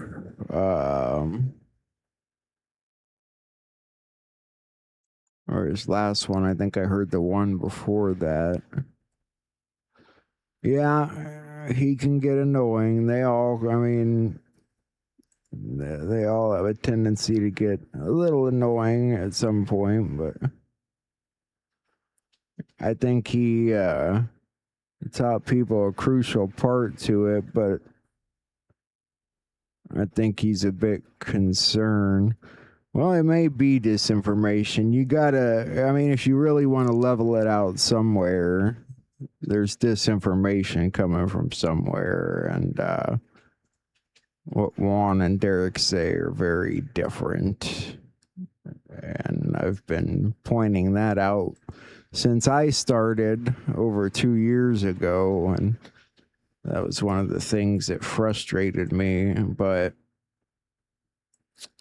it's just, we do what we can to find the middle ground. At the end of the day, understand this: it's not in their hands, it's in your hands. At the end of the day, it's in your hands. This that's happening now, we take it, we make the best of it. That's not what I heard, Cully. I'll just say that much. Responding to your last comment there, that's not what I heard. I'll just say that much. Oh, I don't question that his books aren't right. I'm sure he fact-checked every one of them as he copied them down, but you also have to be able to speak to people on a level of respect if you want them to, respect you. And, he's got an audience. It is what it is. Everybody learns, as long as people are learning something at this point. Like I said, you make the best of it. Maybe some of them are, dicking people over, but let's learn what we can from it. Yeah, I know he's got a website all those documents go into, and it's straight up military laws, stuff you can find anyway. And he told you that at a crucial time, but it also was an interesting time that he came out to contradict President Trump being shot. And that's where the real argument starts. One says Trump was shot, the other says no. And I am not getting into that one tonight. But I will play some music. You shouldn't let it eat at you. It pissed me off for a long time.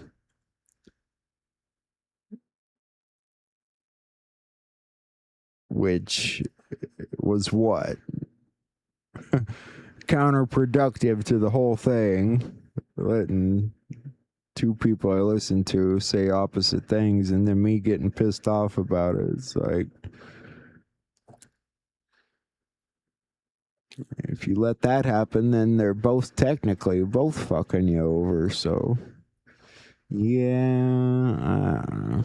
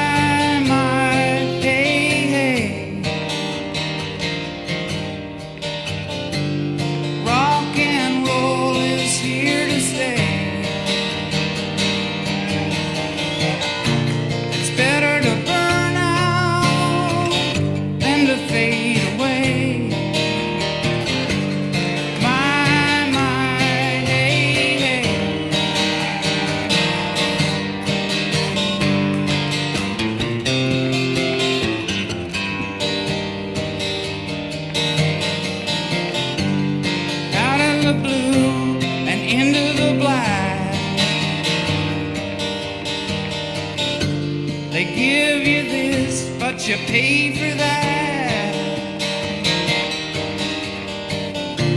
And once you're gone, you can never come back.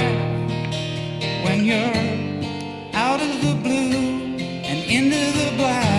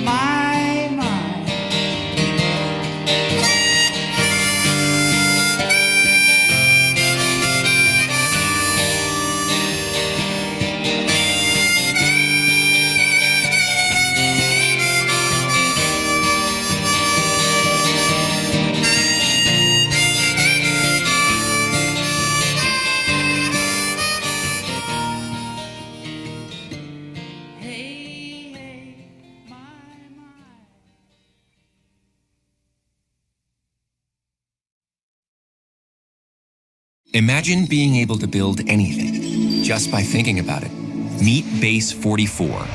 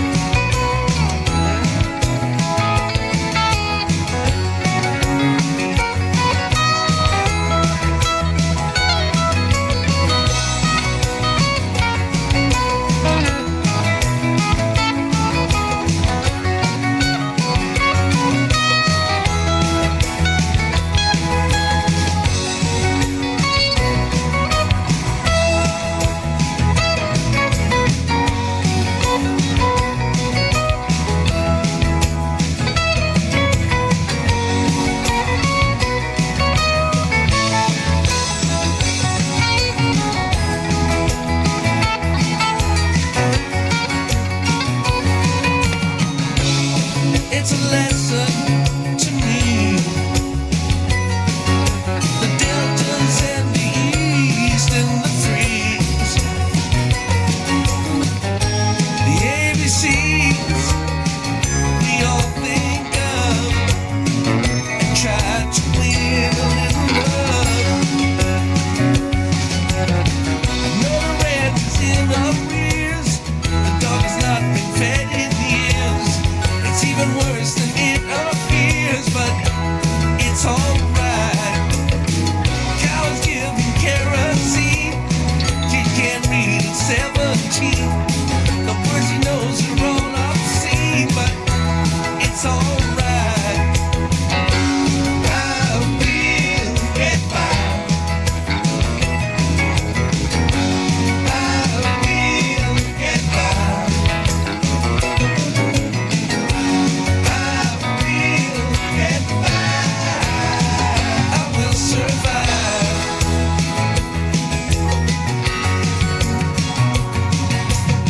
The shoe is on the hand it fits.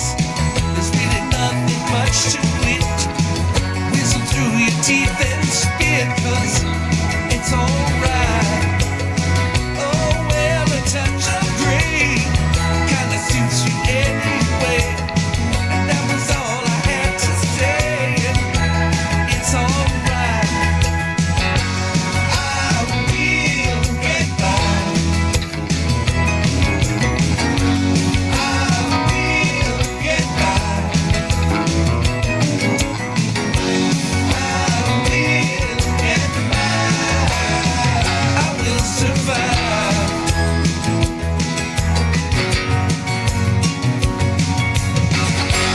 We will get by. We will get by. We will get by. We will survive.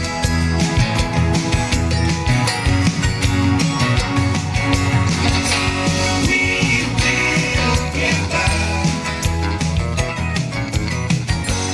We will get by.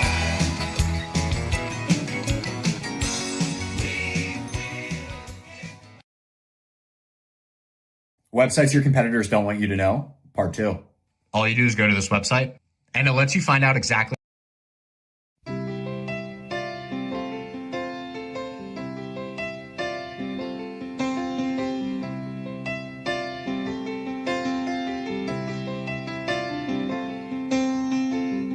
Blue jean baby, LA lady, seamstress for the band, pretty eye, pirate smile, you marry music man, ballerina, you must have seen her dancing in the sand. Now she's in me, always with me, tiny dancer in my hand.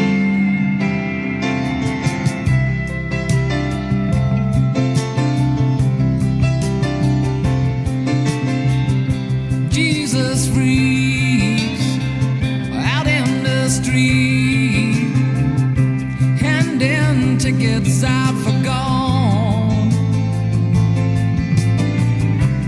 turning back, she just laughs.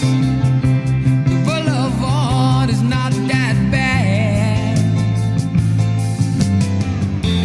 Piano man, he makes a stand in their auditorium, looking on. She sings the songs, the words she knows, June she hums.